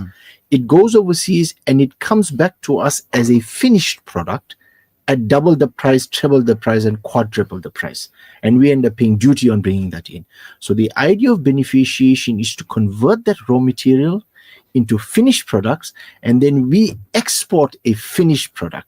That in its own, that process will catalyze industrialization in South Africa and job creation. That is why it is a profound game changer for us in South Africa. Okay, so I think I just thought, let me just give some context to that. The second thing I wanted to talk very quickly about, you asked me about how do we get public servants like myself, like councillors, etc., to get the job done. I can speak from the experience as a member of the African National Congress. I think for us as the renewed ANC, it starts from party accountability. The ANC has been humbled by its performance. It's taken the cue and it's holding us accountable. Earlier alluded to us going into our areas and detailing the service delivery flaws. That was a direct instruction from our party, that go into your areas and MPs, work with your people and itemize what are the problems and the next action plan. So party accountability. Another area that our party has told us you must do is you must establish a PCO and connect with your people. Now, this is an option. I mean, I was speaking to a colleague of mine from another party. I said, do you have a PCO? Because it's something that's very foreign to us. We don't really know about PCOs. She said to me, she said, no, I don't have. I said, why? I said, no, there's too much of work and how am I going to be accountable for that? But we as a party are holding our people accountable. Go establish PCOs and work. And the third thing I want to share as part of what the party is and this links into the PCO work at the moment, and I think it's crucial I mentioned this because we will be doing a JV with Al Ansar, is one of the things that I'll be busy with between now and next week is our school outreach program, where all the MPs are now going to visit schools in their areas. Now today I just sat with the secretaries from the 2 zones and I've itemized 20 schools, a secondary school, a primary school in different areas, in which we're going to be visiting and engaging with school principals and management, and we're going to be covering issues such as infrastructure. It's going to be a conversation. It's going to be a conversation on how can we add value. We're going to understand issues of sanitary. Many of our girls don't have sanitary, and that is where we're going to partner with NGOs like yourself.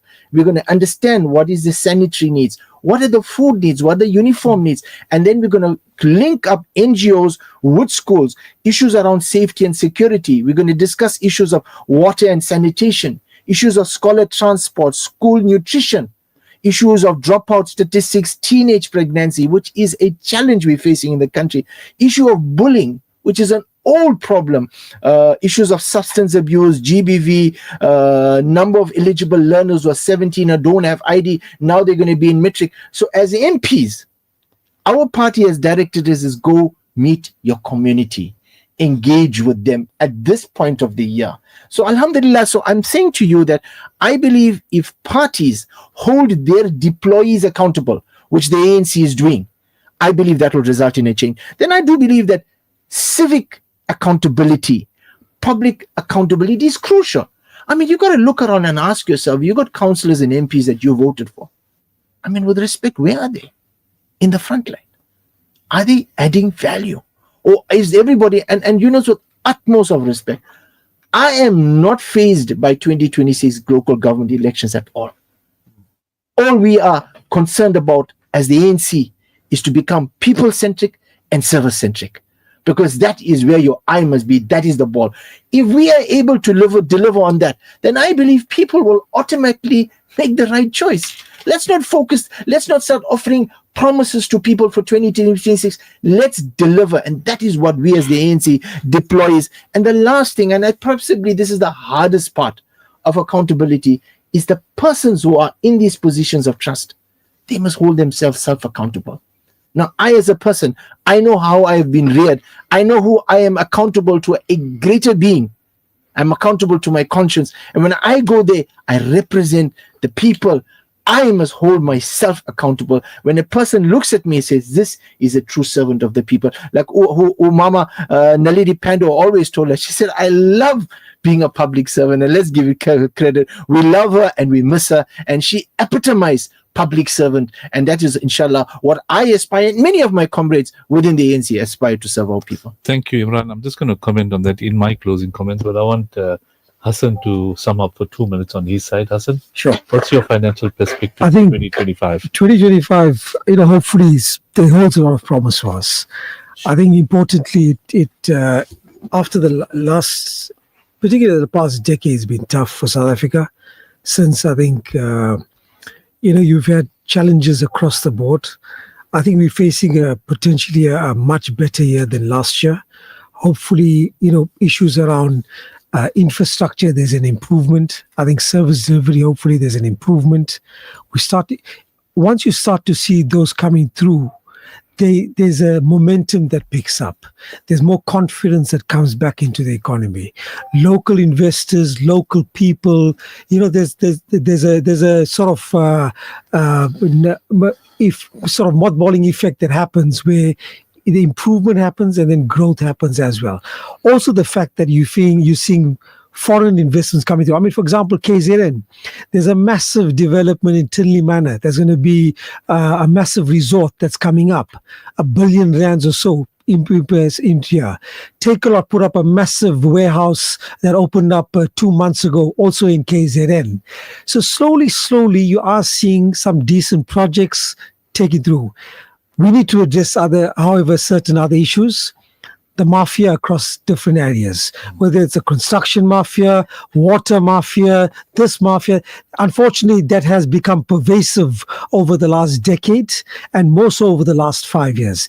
But there is now, for the first time we've seen in the last few months, a concerted effort by the police minister, the commissioners in KZN and the like, to try and address these issues. In fact, also the infrastructure minister and the like as well, Dean McPherson and some of the others are also talking about trying to address it. It's a big issue.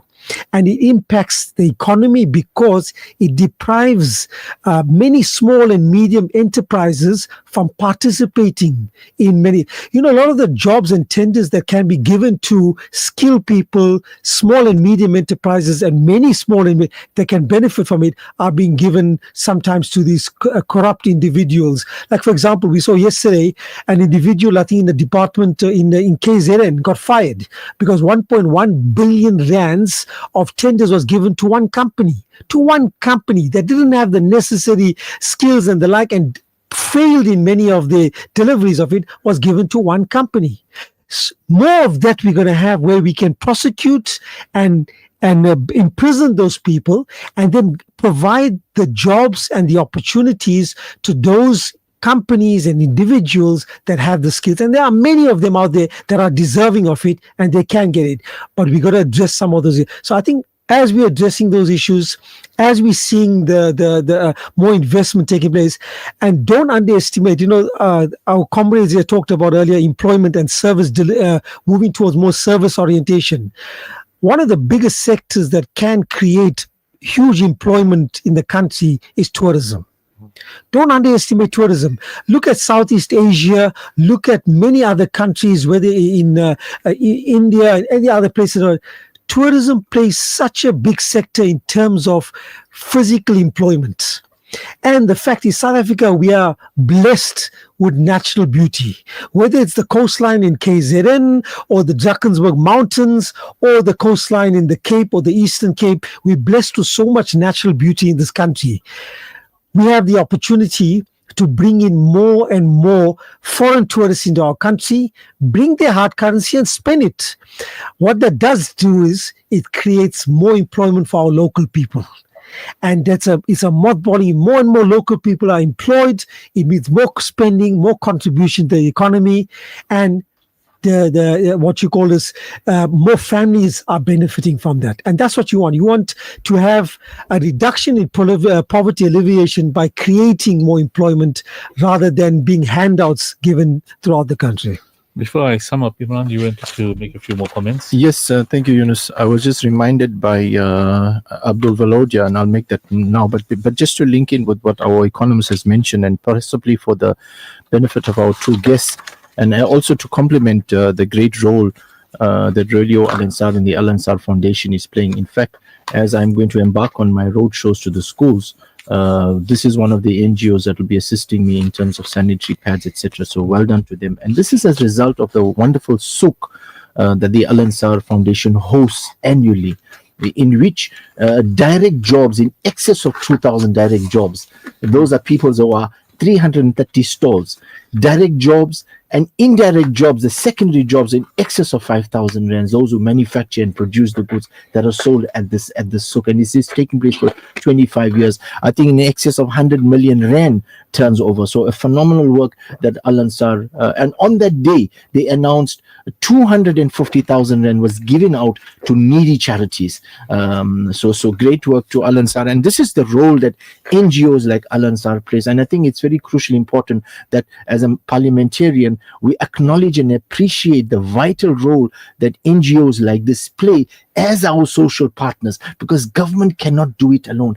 It is a partnership between ourselves, between private sector, and of course between NGOs such as Radio Al Ansar. And thank you so much, Yunus Sakur, who is the CEO of the Al Ansar Foundation. Abdul Valodia, the president of Unite for Palestine, he just reminded me, whilst we're in studio, we've got the good news, the calming news, that the ceasefire that was being anticipated has been announced. We don't know the details, except that we know that it will be a phased in ceasefire.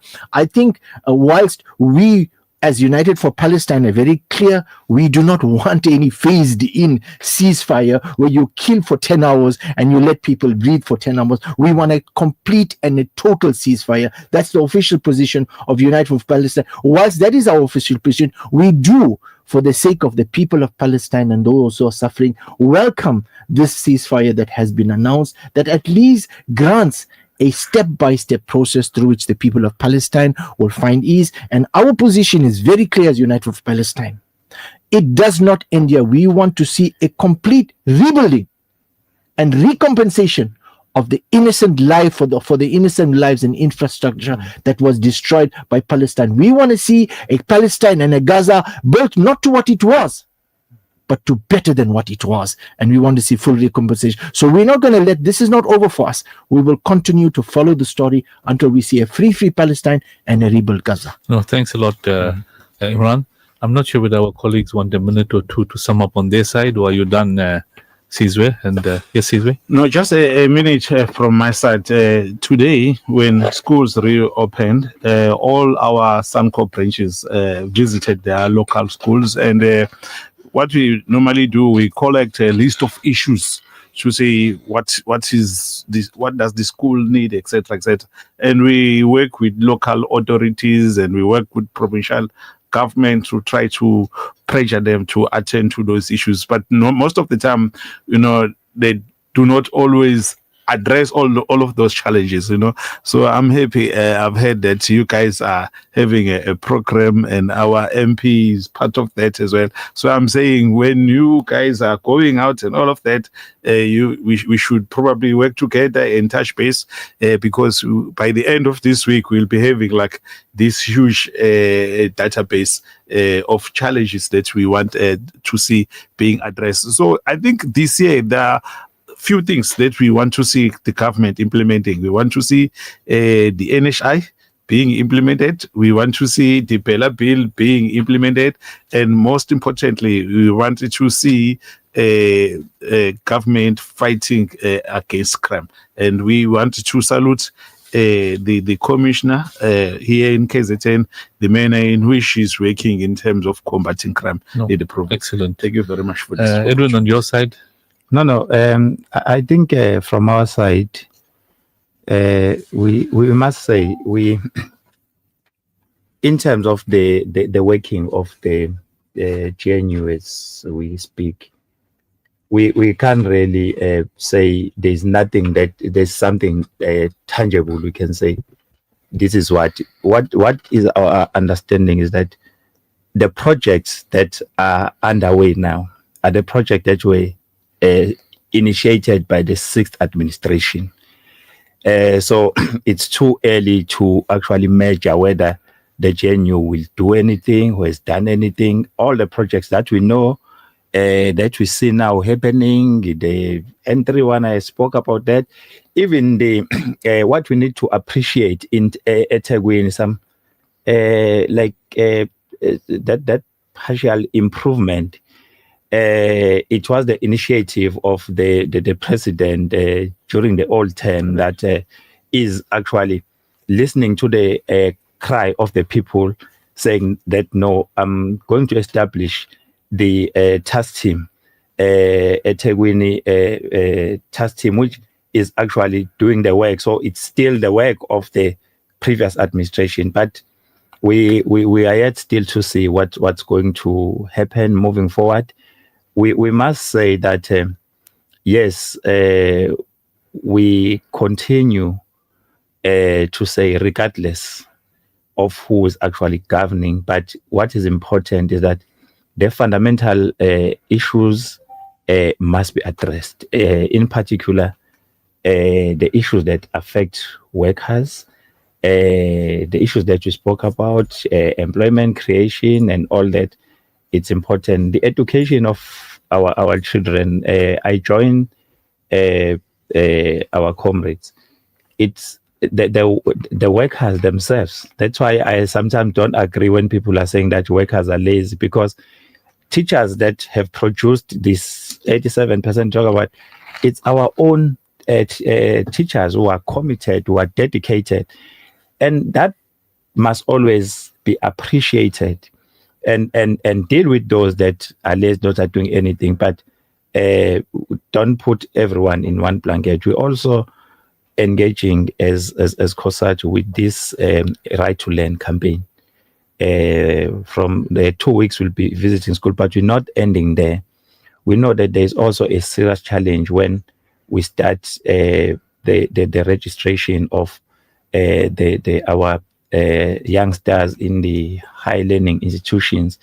And we are saying that we must not end on the school revisiting program and adopting the school program, but we also need to work towards ensuring that all the kids that want to advance their education beyond matric, they are able to find a space one way or another to make sure that they are able to take their life forward. So I think there's a lot of work as we're beginning the year that we need to do moving forward. Thank you very much. Thank you very much, Edwin.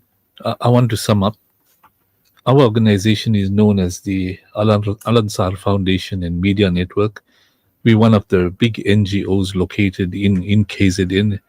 And if we are in sort of administration for more than 30 years. Now, Imran was talking about this massive trade fair that we had in December at the Durban Exhibition Center, where we attracted more than 340 traders to trade in stalls at the exhibition center. And during this 13-day period, we attracted 132,000 people from different parts of the world to come in and join the trade fair. And now these 340 traders that were trading, there was over 100 million rand worth of funds that exchanged hands in that fair. So what this particular trade fair has resulted, driven by the Al-Ansar Foundation, is to empower economic empowerment and job creation for the communities in and around KZN. But not only that, we had also international exhibitors that came in. So having attracted 132,000 people over a 13-day period was a phenomenal tourist attraction to KZN from people throughout the country.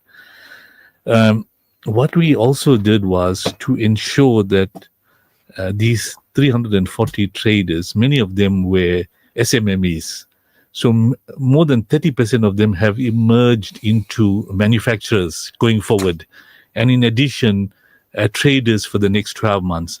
Now, whatever profits these traders generated from the fair, it enables them to sustain themselves for another 3 to 6 months going forward, because the economy is not the most, successful in the forthcoming years.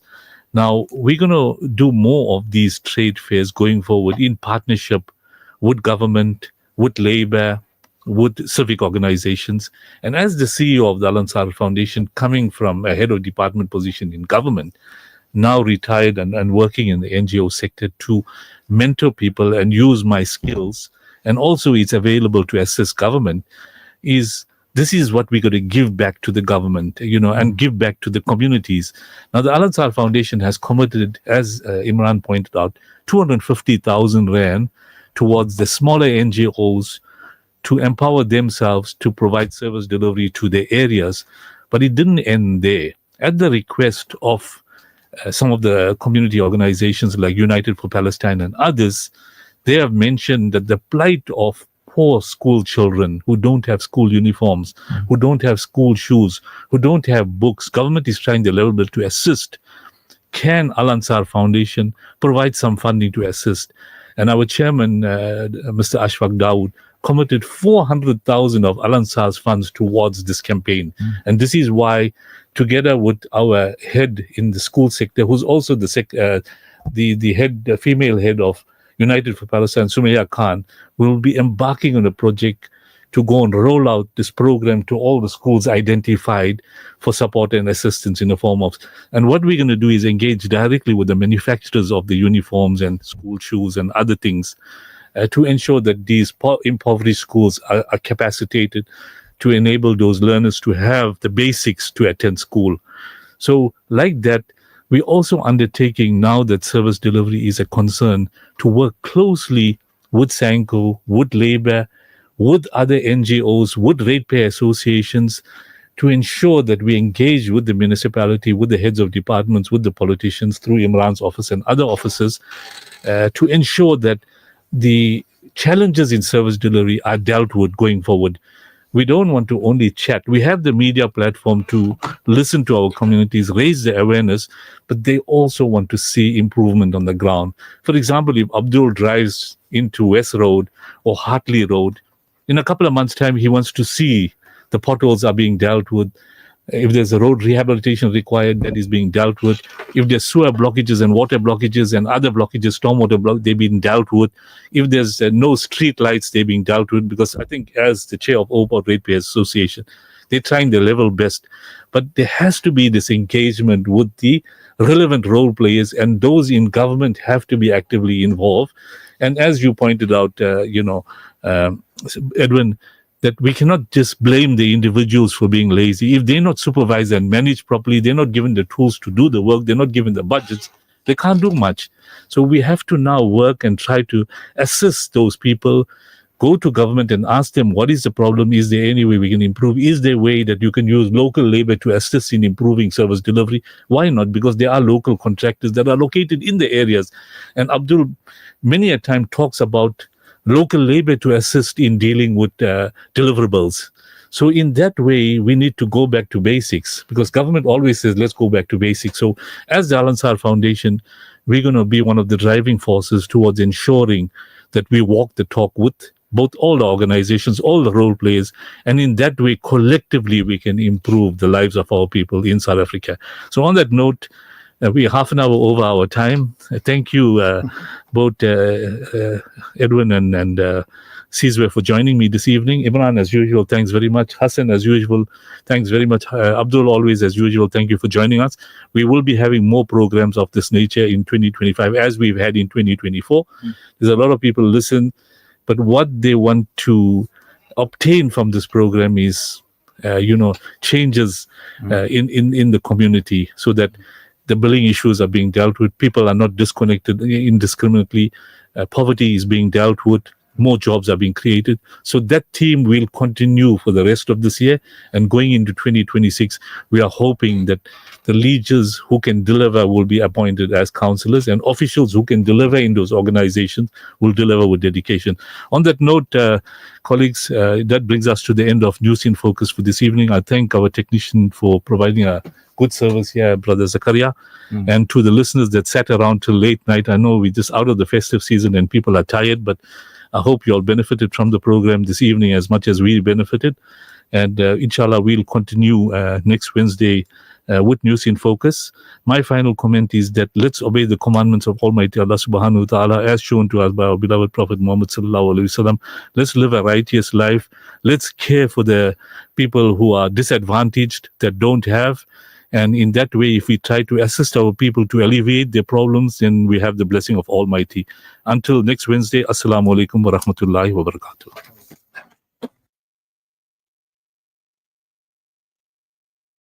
Time of trial and worry. The blessings of charity are the ideal means to avoid calamity and despair. The Al Imdad Foundation gives you the opportunity to sponsor a share in a borehole in South Africa for just 1,000 Rand and provide what the Holy Prophet, peace be upon him, called the best form of charity. Donate online at alimdad.com or call 0861 786 243 for more information. Guess what, Durban? No, wait. Guess what, Westville? The Village Market is back, and this time we're taking it to the evening. Join us on Saturday, January 25th from 3 p.m. to 10 p.m. at 123 Jan Hofmeer Road, right opposite Westville Boys High and next to the Sufi Masjid. Indulge in mouth-watering eats, enjoy horseback riding, kids entertainment, and shop till you drop. Whether it's an early dinner or late supper, there's something for everyone. The Saturday night night village market, your family's evening out. See you there. Explore the world with Worldview Travel. Let our expert team guide you in creating a travel experience that exceeds your expectations. Unbeatable flight deals, corporate and leisure bookings, luxurious accommodations, tailor-made packages, reliable car rentals, comprehensive travel insurance, seamless visa assistance. Visit us at 55 Problem Keys Road, Durban. Call 031 001 7062 or 0718350216. Follow us on Instagram at Worldview Travel. Worldview Travel creates memories to last a lifetime. This segment is brought to you by Kenfield Auto, your RMI approved service and repair specialist. 236 Brickfield Road, Overport. Kenfield Auto. بسم الله الرحمن الرحيم ربنا ما خلقت هذا باطلا ربنا ما خلقت هذا باطلا سبحانك فقنا عذاب النار. Car won't start? Kenfield Auto. Noisy brakes? Kenfield Auto. Due for a service? Kenfield Auto. Kenfield Auto, the answer to all your car problems. Your service and repair specialist for your VW, Audi, Suzuki, Toyota, or just about any vehicle. Kenfield Auto, your RMI and insurance approved workshop to handle them all. 236 Brickfield Road, Overport. Call us on 031 207 2399. Kenfield Auto. Aman means safety. The Aman School of Excellence in Finetown, South Africa, is securing the futures of underprivileged children by providing world-class education in a safe and nurturing environment. Sponsor a child for only 15,000 Rand per year or any amount. A quality education at Aman presents a pathway out of poverty and a brighter future for South Africa. Africa Muslims Agency. Empowering, educating, inspiring. The views and opinions expressed by the presenters and guests of Radio Al Ansar are not necessarily the views and opinions of Radio Al Ansar and the Al Ansar Foundation. Bismillahir Rahmanir Rahim. Alhamdulillahi wa kafa wa salamun ala ibadihi alladhina istafa. Amma ba'd. Qala Allah tabaraka wa ta'ala. Ya ayyuhalladhina amanu. يا أيها الذين آمنوا اتقوا الله وابتغوا إليه الوسيلة وجاهدوا في سبيله لعلكم تفلحون. وقال النبي صلى الله عليه وسلم يا أيها الناس سلوا الله العافية أو كما قال عليه السلام صدق الله العظيم وبلغنا رسوله النبي الكريم ونحن على ذلك لمن الشاهدين والشاكرين والحمد لله رب العالمين. Let us recite Durood Sharif. Allahumma salli ala Sayyidina wa Mawlana Muhammad wa ala ali Sayyidina wa Mawlana Muhammad wa barik wa sallim. Ya Rabbi salli wa sallim daiman abadan ala habibika khairil khalqi kullihimi. Amma ba'd. My respected elders and brothers and all who are listening on the audio streaming, we are living in a world that is full of challenges. Perhaps the challenges we are facing in this world of today is greater than what was ever witnessed in the history of the world. We know from personal experience, everyone by his own personal experience knows this reality.